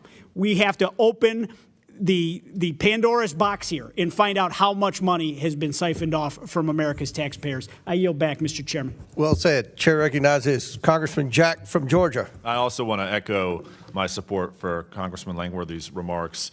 Certainly associate myself with them. It is all political, and it's very unfortunate. I want to thank the witnesses for testifying today. I also like to thank our chairman for convening this hearing so expeditiously. Less than 2 weeks have passed since the nation was caught in this just horrible crisis, watching this unfold, and here we are with action today. We've talked a lot about the $9 billion in fraud. I like quantifying it because more often than not we throw around the biggest numbers here in Washington, and sometimes it's hard to quantify it. It takes about a second to count a dollar bill, and that's 9 billion seconds means that if we started counting in 1741, 285 years ago, we would just now be finishing $9 billion worth of accounts. So take that data point to heart. But I want to concentrate my line of questioning today on the whistleblowers. And I know a lot has been discussed, but as we near the end of this hearing, I want to start with Representative Rarick. And it's our understanding, as has been discussed today, the Department of Human Services whistleblowers claim that they have faced retaliation from senior Minnesota Department of Human Services officials, including appointees, on behalf of Governor Walz. And I just want you to explain to us again how these administrators have retaliated against whistleblowers. Right. So the threats were pretty intense. And as I've said, their jobs were threatened. They had strange questions demanding answers about where their children went to school, where their bus stops were. They were told that if you don't do what we tell you to do or not do what we tell you to do, you'll lose your job. You'll lose that job with cause, which means in Minnesota that you don't get unemployment insurance. You also could lose your retirement plan. Also, you'd be blacklisted off of all state agencies, and I would note that that also includes Hennepin and Ramsey counties, our biggest counties, because they are Democrat-run, and maybe even the University of Minnesota. I'm going to throw that into probably some of our biggest cities, like Rochester, Duluth, that are very Democrat-leaning. So it's a very vast threat. They've also threatened them with sort of a vague military intelligence. So there was one, I have the email right here that was just submitted, I believe, by Congresswoman Fishbach, and it says things like, I would like to use my former colleagues in the Army to locate where you are using your IP address, and I don't have that. He says, I don't have that technology anymore, but I can get it in a heartbeat. So there were vague threats, and I believe there was more threats beyond that, but it was very expansive threats. Well, I'm glad you mentioned that. I actually wanted to talk about that. As I understand it, it was and I think it's to your point, she entered it into the record, but the interim Deputy Assistant Commissioner of Operations, for the folks watching at home, the Department of Human Services in Minnesota, allegedly was trying to use a contact in the military during the Biden administration to track whistleblowers' whereabouts. I presume this is illegal under Minnesota law, but would love for you to indulge us as to whether or not it is. You know, I don't know for sure if it's illegal in Minnesota. If it's not, it certainly should be. I think most of what happened to the whistleblowers is illegal, but the control over this state, the control over the largest counties, the control over some of our largest cities is controlled by Democrats. And so this was allowed to continue. And to the best of your knowledge, whether it be Governor Dayton or Governor Pawlenty before, were whistleblowers treated in such a manner under those administrations, or is this unique to the Walz administration? I don't have any reports, particularly through the Pawlenty administration.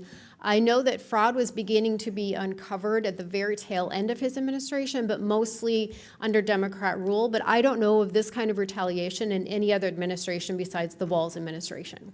Thank you for sharing that with us. And I just want to close out. Some Minnesota officials claim they had no knowledge of this fraud, just found out about it, which I think we all know is demonstrably false. But I'm just curious, could you elaborate for this committee on the many ways by which Governor Walz could have been made aware of this? I mean, he certainly was made aware of this, turned a blind eye. I just want to make sure that we understand as a committee the many methods by which he was informed.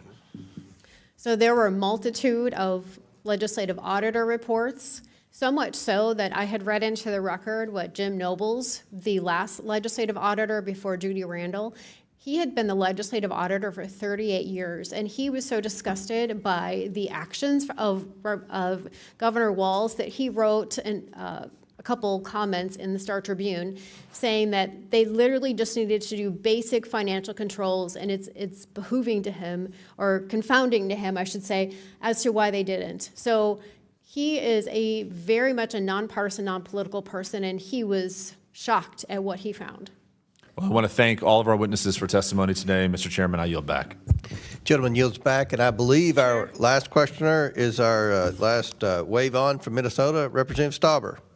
Thank you very much, Mr. Chair. And after all the conversations today, you wonder why the Department of Justice can't get the voter rolls out of Minnesota, and the Secretary of Ag can't get the SNAP benefits from Minnesota to make sure there's no fraud. Mr. Chairman, thank you very much for holding this hearing, and I also want to thank our witnesses whose years of hard work in Minnesota are exposing these revelations, are finally garnering the national attention that they deserve. And finally, I want to thank the numerous whistleblowers who are exposing Tim Walz's failures as governor. As we have heard today, these brave men and women are risking their careers to reveal the truth, while Tim Walz is actively attempting to threaten and suppress them. I am here to say it won't work, and we stand with the whistleblowers. I want to shift gears and ask you about Minnesota's new paid family leave program that the governor has been touting during this fraud scandal. Representative Rarick, under the paid family leave program in Minnesota, who can I take leave or care for? And is it limited to family or dependents? Thank you, Congressman Stauber. No, it is not limited to just family. One would think that it was, but there is something that the Democrats built into the law that said if I set up an expectation of care, with no documentation, by the way, no attestation, absolutely no documentation, then that is good enough in Minnesota. So I could take care of somebody that's just a friend of mine? Congressman, absolutely.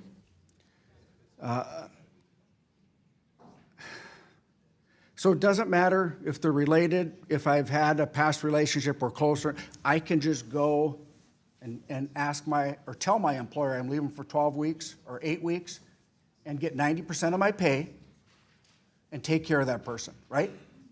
You could do that, yes. And so it's a sliding scale. It's not all of the people would get 90%, but the vast majority, I believe, depending on your salary, would get 90%. And yes, you could go take care of anybody because there is no documentation. Well, what kind of proof of care would I have to provide to the state to demonstrate that I am actually taking care of you during my paid family leave? Yeah, there's absolutely no documentation. So you have to provide and prove absolutely nothing. So if I don't show up and take care of who I say I'm taking care of, nothing's going to happen to me? That's correct. You could go to Puerto Rico, you could go to Istanbul. It doesn't matter where you go or what you do. There's no requirement to document. So I can say that I'm just caring for anyone, and the state of Minnesota would require my boss to give me a 12-week vacation without any proof? That is exactly how the Democrats wrote that law. That's correct. Is a licensed American doctor required to certify that this person needs my immediate and uninterrupted care? So the medical professionals is a very, very broad category, and no, they do not have to be an American midwife, doctor, chiropractor, orthopedic surgeon, none of those things. It can be in any country. Does the state require the person I'm claiming to care for to be present in Minnesota or even in the United States of America? No, Congressman, that person could be anywhere. Somalia? Absolutely. So you're telling me I can get a foreign doctor without an American license to just check a box and I get a state mandated paid vacation to Somalia or any other country. Is that correct? That is how the law was written by Democrats in Minnesota, yes. This is incredibly concerning. With what little time I have left, I want to open this up to the entire panel. Is there anything else you would like to address regarding the paid family leave program? And I'll start with Representative Robbins. Thank you. We always talk about how important it is to stop fraud on the front end. So our committee held a hearing on this paid family leave law that took effect January 1st back in November. And we grilled the Department of Employment and Economic Development, trying to get them to shore up some of these definitions, trying to put some guardrails on this program. And they just assured us over and over, they've got it covered. There won't be any fraud. Don't worry about it. But I've already had whistleblower reports since the program started, January 1st, of fraud. So we're going to have to get a handle on this, and I think it's the next fraud frontier in Minnesota. Representative Hudson, anything you'd like to add on the paid family leave program in Minnesota? Just to put the points that Representative Rarick put as concisely as possible, it is humorous but true that you could quite literally have a witch doctor approve your vacation to Somalia. That's how loose the rules are written. Listen, I'm proud to be from Minnesota. I was born, raised, I'm living in Minnesota, raising my family there. This is going to stop, and you folks are at the front of it. Minnesotans have had enough.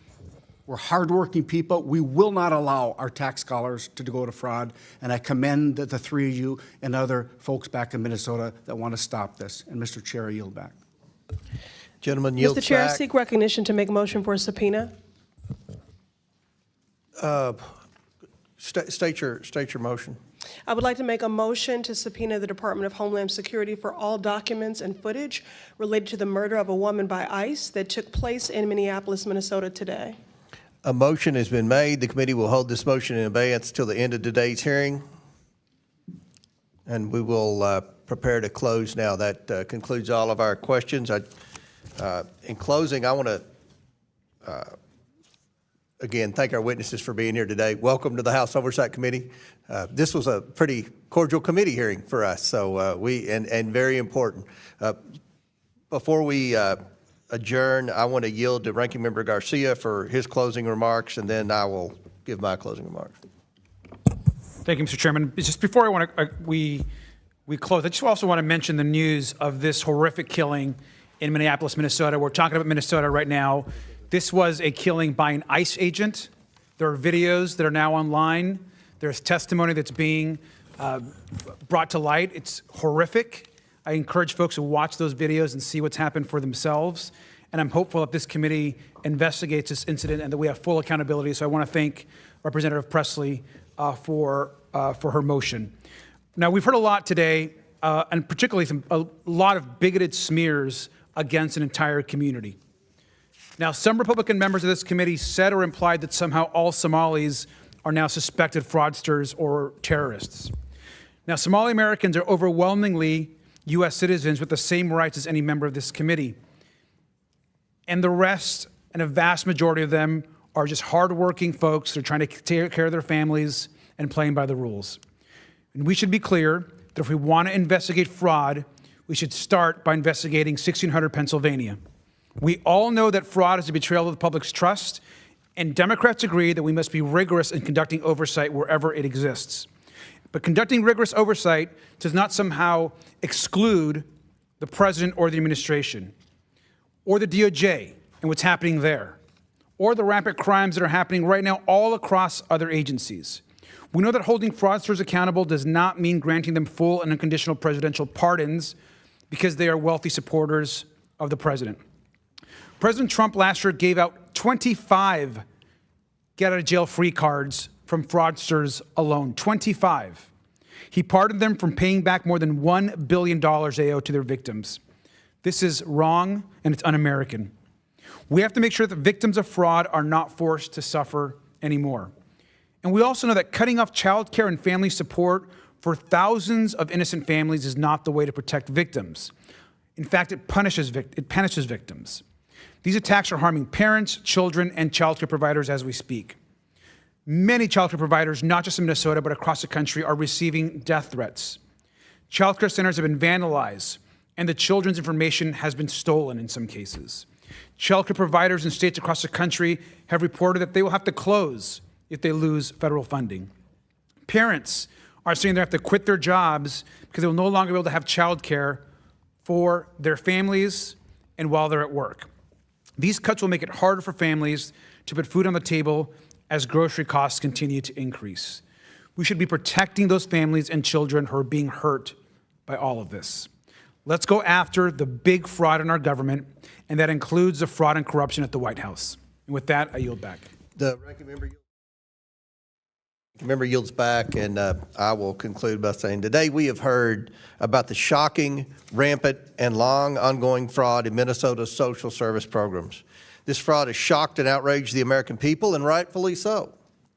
The scale of this fraud is not just something we've seen before. And I'm pretty confident this is just the tip of the iceberg. The Trump administration has taken a whole-of-government approach to rooting out fraud. The Trump administration has already uncovered at least $9 billion in fraud. These criminals have stolen taxpayer dollars from all Americans to fund lavish cars, homes, and vacations here in the U.S. and abroad. Some of this stolen money is even allegedly going overseas to support terrorists. Our witnesses, the chairwoman and two members of the Minnesota House of Representatives Fraud Prevention and State Agency Oversight Policy Committee have been sounding the alarm on this fraud for years. Democrats have attempted to distract the American people from this widespread fraud and accuse investigators of racism.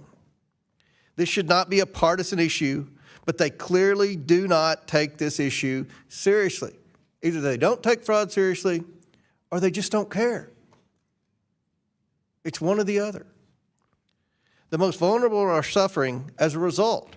These programs are meant to feed needy kids, provide services to autistic children, house low-income and disabled Americans, and provide health care to vulnerable Medicaid recipients. The Waltz administration has kept this money flowing for years, oftentimes behind closed doors. When whistleblowers came forward about this fraud, the Waltz administration retaliated against employees who warned and alerted the administration to fraud occurring within these social programs. There's supposed to be checks and balances in our system to prevent this, both on the federal and state levels. Every agency that lost hundreds of millions and even billions of dollars has well-paid staff that are supposed to prevent this. That's their job.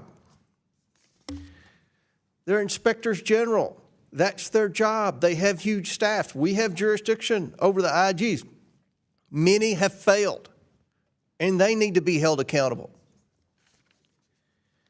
Now, I want to close by saying we've had 4 Minnesota Republicans to waive on this committee.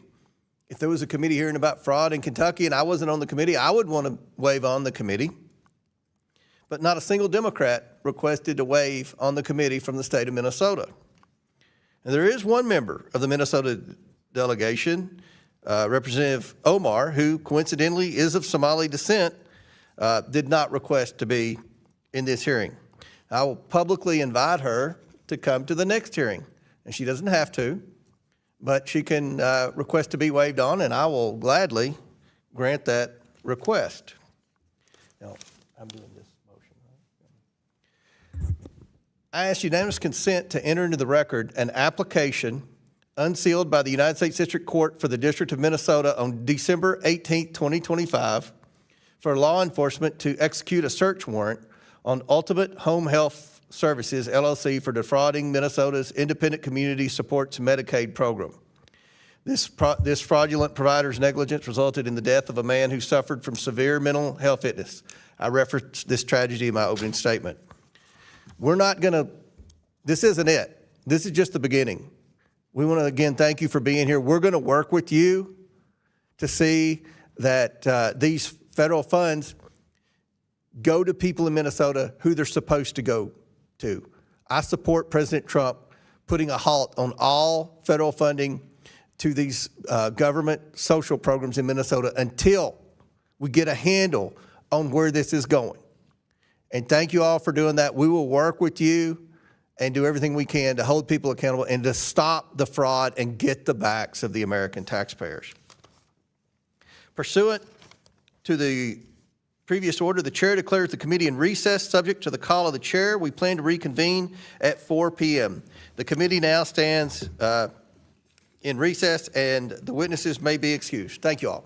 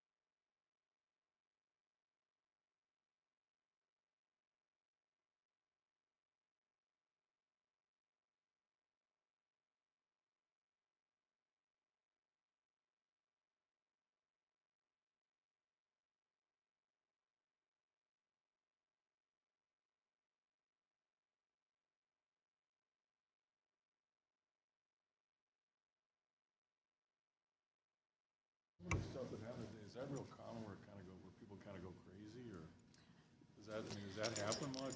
Sometimes. Not a lot, but yeah. Test, test. 1, 2, 3. Test. Test, test. Congressman Comer acted like it was kind of.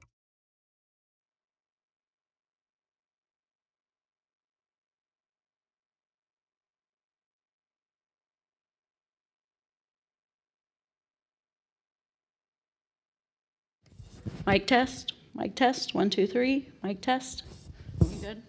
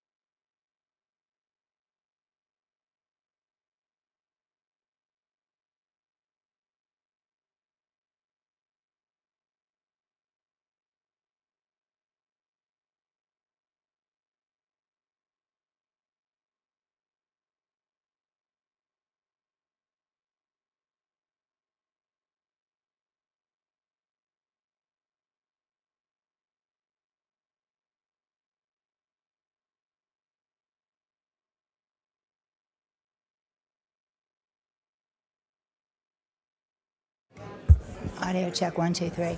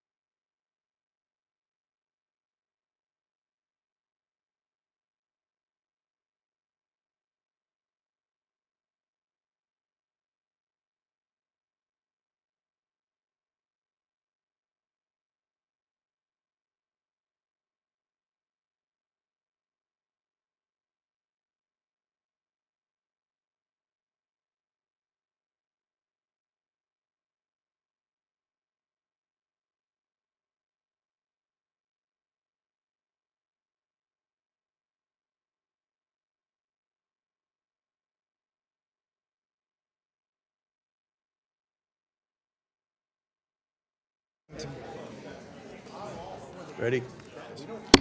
The committee will reconvene. I know we have votes very quickly on the House floor. If we don't get this done, we're going to have to come back and vote after the floor votes, however long that lasts. So the first motion is the Luna motion to subpoena Neville Singham. It's now brought under consideration. Does any member wish to speak on the motion? Mr. Chairman, I have an amendment to the motion. State your amendment. Thank you. Pursuant to Clause 2K6 of House Rule 11, the committee shall subpoena Lex Wexner to sit for deposition before the House Committee on Oversight and Government Reform. Les Wexner is the funding mechanism Okay. for Epstein. Do it. And Mr. Chairman, I'd like to be recognized to explain the amendment briefly. Okay. Explain your amendment. Thank you, Mr. Chairman. This is an amendment, of course, to Representative Luna's motion. Lex Wexner is a longtime benefactor of Jeffrey Epstein, and at one point was Epstein's only documented client. Maria Farmer was abused in a house attached to Wexner's Ohio property and guarded by Wexner security staff. Virginia Giffrey was named Wexner in a deposition as one of the men she was trafficked to. Wexner also paid for Epstein's home in New York City. There is probably no one more important as it relates to the financing and the work of this investigation, with which both sides of the aisle are interested in, have voted to move forward, than ensuring that we bring Mr. Wexner in to come and be deposed by this committee. Public reporting has documented their long-standing ties. He should answer our questions in a nonpartisan way to get the truth to the Epstein investigation, and that is the motion. Would you, let's see, so I guess we're going to debate the amendment to the motion. Would you yield to a question? Sure. We are serious about the Epstein investigation, and I think you've seen a lot of our members stand up and make it very clear they want to get to the bottom of Epstein. Nobody wants to do it more than I do. We also want to hear from Bill Clinton, and we voted in a bipartisan manner to subpoena Bill Clinton, but we haven't gotten confirmation for President Clinton to come in for a transcribed interview or now a deposition. So are you all going to help us try to get Clinton in? I figure you guys I've been very clear, and I think the committee agrees, that we're willing to talk to anyone, including the former president, if they have information regarding the Epstein investigation. And so the motion in front of us right now is on Lex Wexner, who is central to the Epstein investigation and probably knows more than anyone else about the financing and has been named by survivors. So that is in addition to Luna's motion, which, if part of the amendment, we can certainly take that vote. Okay. Any other discussion on the Garcia amendment, Ms. Stansbury? Thank you, Mr. Chairman. I just want to echo my support for this subpoena and say two things. One, this is not a quid pro quo. This is an investigation. And so we will subpoena and support subpoenas for any co-conspirator and anyone who has evidence that's important in this case.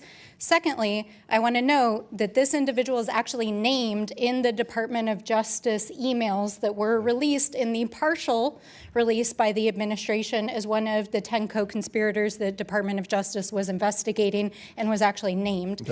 And finally, I just want to say this, Mr. Chairman.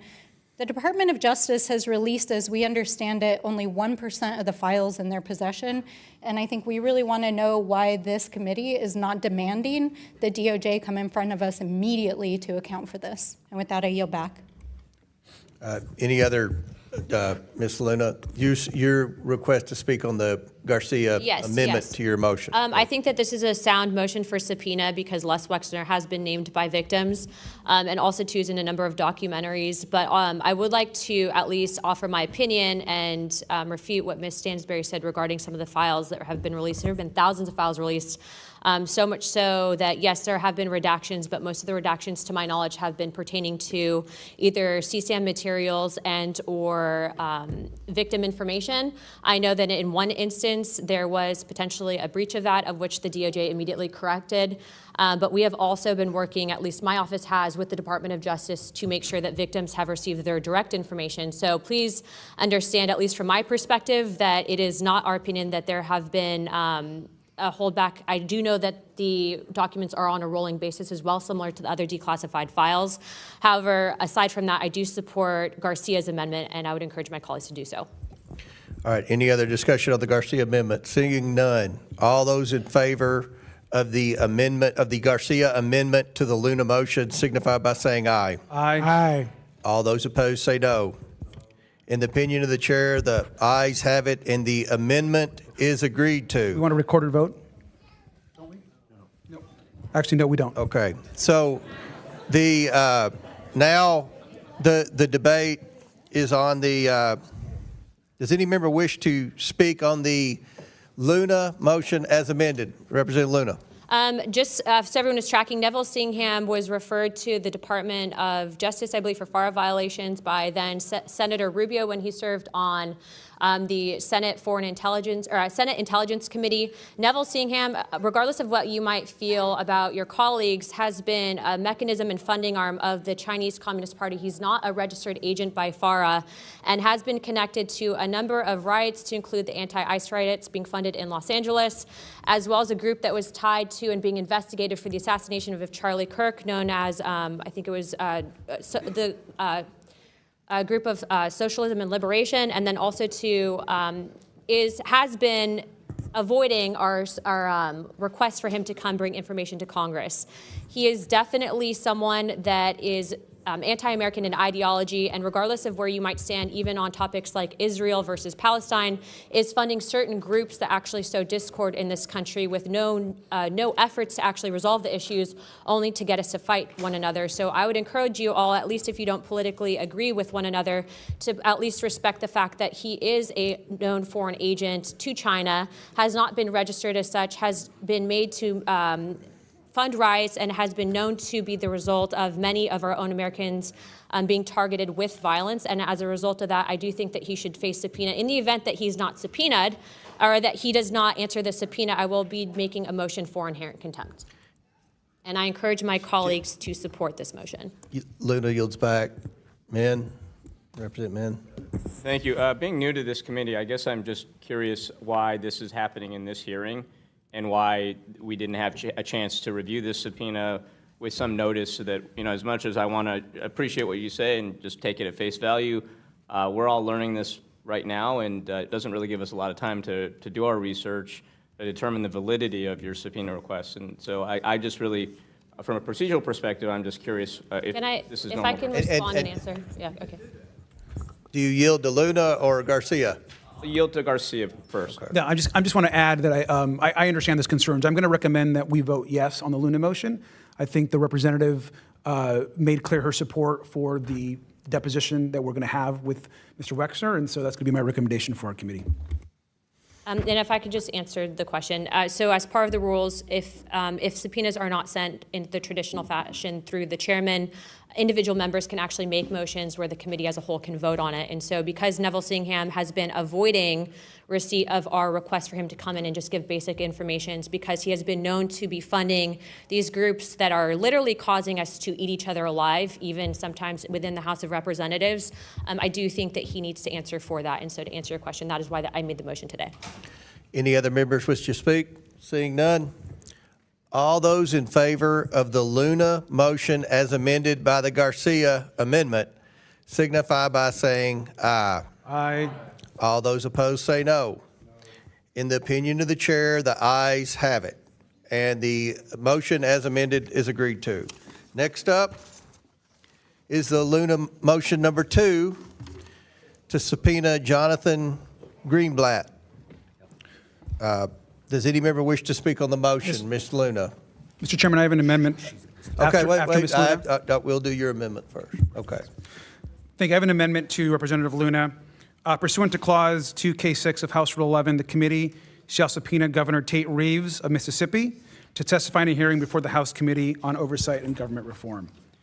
And I have some comments if you'd like to recognize those now. All right, state your comments. Thank you, Mr. Chairman. I just want to recognize a motion. We, of course, had a big hearing today, and we certainly shouldn't just be concerned with fraud that could be happening in states with Democratic governors, but also those with Republican governors. Fraud should be looked at anywhere it happens. The Wall Street Journal on Monday reported a massive Mississippi welfare scandal. Mississippi has seen years of scandals under multiple governors, but we have been silent as a committee. We didn't have any witnesses from Mississippi here today, and oversight Republicans aren't calling in Governor Tate. So this is an opportunity for the American people to hear about fraud wherever it occurs, and this motion will do just that, and I yield back. Okay, now I'll recognize Ms. Luna to speak on the Garcia amendment to your motion number 2. Fraud is fraud. I support this. I encourage my colleagues to do it. Doesn't matter if they're Republican or not. If he's guilty of it, bring him in. All right. Any other debate? Mr. Chairman, I am wondering if the gentleman would allow me to move to amend his amendment to include the governor of Arizona, who admitted that they had $2.5 billion worth of fraud in Medicaid fraud just a year ago. The Attorney General did. Okay. This is where my FFA parliamentary procedure came in place. Ellie, you can back me up. Amendment, there's a motion to amend the amendment. Do we go into that emotion? All right. So Mr. Biggs has made an amendment to the Garcia amendment to the Luna motion. Does anyone wish to speak on the Biggs amendment to the amendment? And his is a subpoena the Arizona governor, right? Okay. Look, I'm glad that the representative wants to subpoena his opponent in the governor's race. Just to be clear, if it makes you happy, I'll say not her. Let's bring in the AG. No, I mean just to be Let's clear. bring in the AG. Thank you, sir. Since I have the floor, I just want to say that my amendment is clear. We heard from one state today. I think it's important that we hear from Governor Tate of Mississippi. That's the amendment that I'm going to let stand as presented. If other motions are made, we can vote on those as appropriate. Chair recognizes Mr. Biggs to specify his amendment to the amendment on who we're.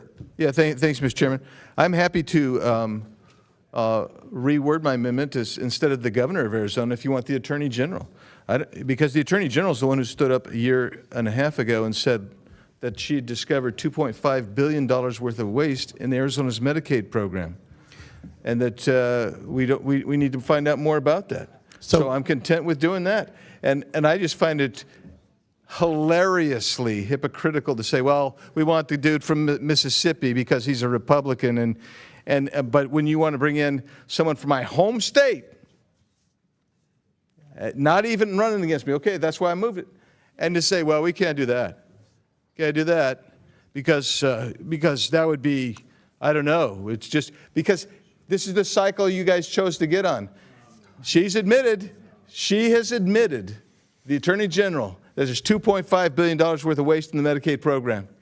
I submitted that for the record earlier today, and well, let's have at it. Will the gentleman yield? Okay. So the amendment to the amendment is to subpoena the Arizona Attorney General. Does anyone wish to speak on the amendment to the amendment? I'll speak after Ms. Crockett. Mr. Crockett, Ms. Crockett. I just wanted to clarify, because I think the gentleman from Arizona said that this was over a year and a half ago, if I'm correct. Is that correct? Are you asking me to yield? Yeah, I'll yield. Which question? So you said over a year and a half ago? No, it was. I believe it was last summer, about a year ago. Okay, so about a year ago, there was an opportunity for you as a representative, and presumably before you were actually running for office. I think the concern is about using federal dollars to further political aspirations. And as someone who was representing Arizona, there should have been an opportunity for you to do something to try to subpoena. You could have tried to open an investigation. We know that the Republicans are the ones that control this committee and have controlled this committee for some time. So I just wanted to say that I definitely am opposed to this particular portion of I guess it's the amendment to the amendment. Yeah. Chair recognizes Mr. Fallon to speak on the amendment to the amendment. Yeah, I support the amendment to the amendment because, I mean, a lot of us served in the state legislature, as I did for 8 years in the House and Senate in Texas. This is a systemic problem across all states. We're talking about hundreds of billions of dollars of criminals and scumbags stealing money that's not going to where it's intended. So I don't give a rat's nuggets if it's Arizona, Mississippi, wherever. We need to be rooting this stuff out. So I'm fully in support of Mr. Biggs, and I think your efforts are noble. I yield back. Any other I members yield with- to Mr. Biggs. Yeah, I appreciate the gentleman from yielding. I do find it rich to say, oh, you should have subpoenaed this a year ago. Just like you guys could have subpoenaed anybody you wanted to a year ago as well. So let me just add to this by saying our current governor is being investigated. And I don't want to get into that because she is currently being investigated for corruption and abuse. I'm not trying to get into that. What I'm trying to get into is what I thought we'd reached some comity here, that we are going to be going after fraud wherever it sits in these social welfare programs. And so you didn't like it, you thought I might be doing it for political purposes. It's not for political purposes. This is because Arizona has a systemic problem in their Medicaid program of $2.5 billion fraud that the Democrat Attorney General pointed out. Let's have her come in and explain how this has happened and what needs to be done to fix the systemic problems in Arizona. Maybe that would be helpful to fix the problems nationwide. That's all. Yield back to the gentleman from Texas. Thank you. Gentleman from Texas, Mr. Chairman, I yield back. Chair recognizes Mr. Garcia for the amendment on the amendment. Thank you. Just a final comment on this. I oppose the amendment, and here's very clear. Today we talked about 5 states, all states with Democratic governors focused on one. The motion that we're making as an amendment is very clear.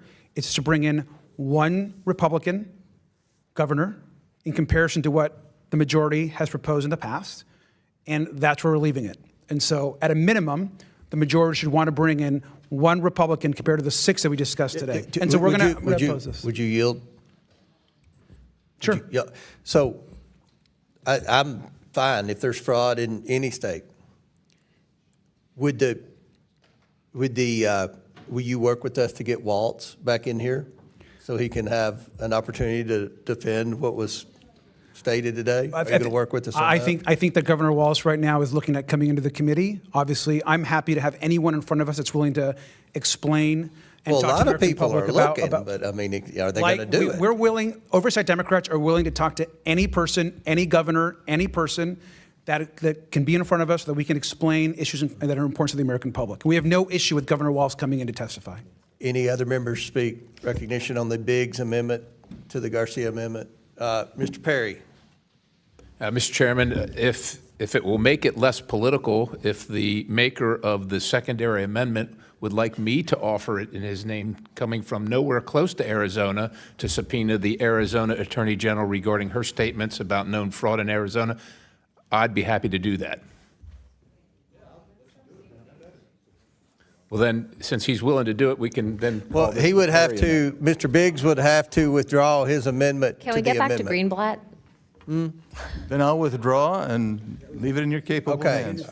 The gentleman has All right, withdrawn, and then I'll make the same motion to subpoena as a secondary amendment to the primary amendment to the primary resolution, the Attorney General from Arizona regarding her position and statements on fraud in Arizona in the Medicaid program. I want to make sure everybody understands this. Representative Biggs has withdrawn his amendment to the amendment, and now Mr. Perry has filed an amendment to the amendment in the same language to subpoena the Arizona Attorney General. Does everyone understand that? Okay, now, do any Democrats, Mr. Min, you've had your hand up over there. Thank you, Mr. Chair, and I appreciated our conversation earlier today when you expressed very clearly that should not be a partisan committee, that we should go after fraud in all forms, and at which point you also agreed that having some kind of investigative hearing into Mississippi might be appropriate. I appreciate your support of this amendment to the bill. If we're going to have amendments to amendments, I guess the one question I have, and this might be a proposal, the inspector generals were all fired at the beginning of Trump's term, in his second term. Those are the primary watchdogs for protecting the American taxpayer from waste, fraud, and abuse of this kind. So why are we not calling in Pam Bondi and anybody else who might have had knowledge and input into the decision to fire these inspector generals, as well as their staffs? And so I guess I would propose an amendment to the amendment to the amendment that we have a hearing and subpoena Pam Bondi and others in this regard. Why were the inspector generals fired? Are you making an official motion to amend Yes, the I am. amendment? And what is your motion? That we subpoena Pam Bondi You are making a motion to subpoena Pam Bondi. around, and anyone else with knowledge around the decisions and input on the decisions to fire and terminate the inspector generals. Now, I want to remind you, they've called votes, and I have a feeling this is going to keep going on and on and on, but you've made a motion to amend The amendment. amend the amendment to the amendment. Yep, sir. Okay. Hold on, stand here. The amendment tree is now. Yeah, you can only do that twice. That's a parliamentary rule. That's how, okay. So you're done speaking. All right. Chair recognizes Mr. Donalds. Mr. Chairman, I move that the committee recess, or call the committee, we want to call a question, you just want to recess so we can go vote and come back and finish this out? Okay, because we have votes I'm called. flexible either way. Right. I think that's a fair motion. They called votes about 10 minutes ago. So pursuant to the previous order, the committee will recess until immediately following the votes. The committee stands in recess.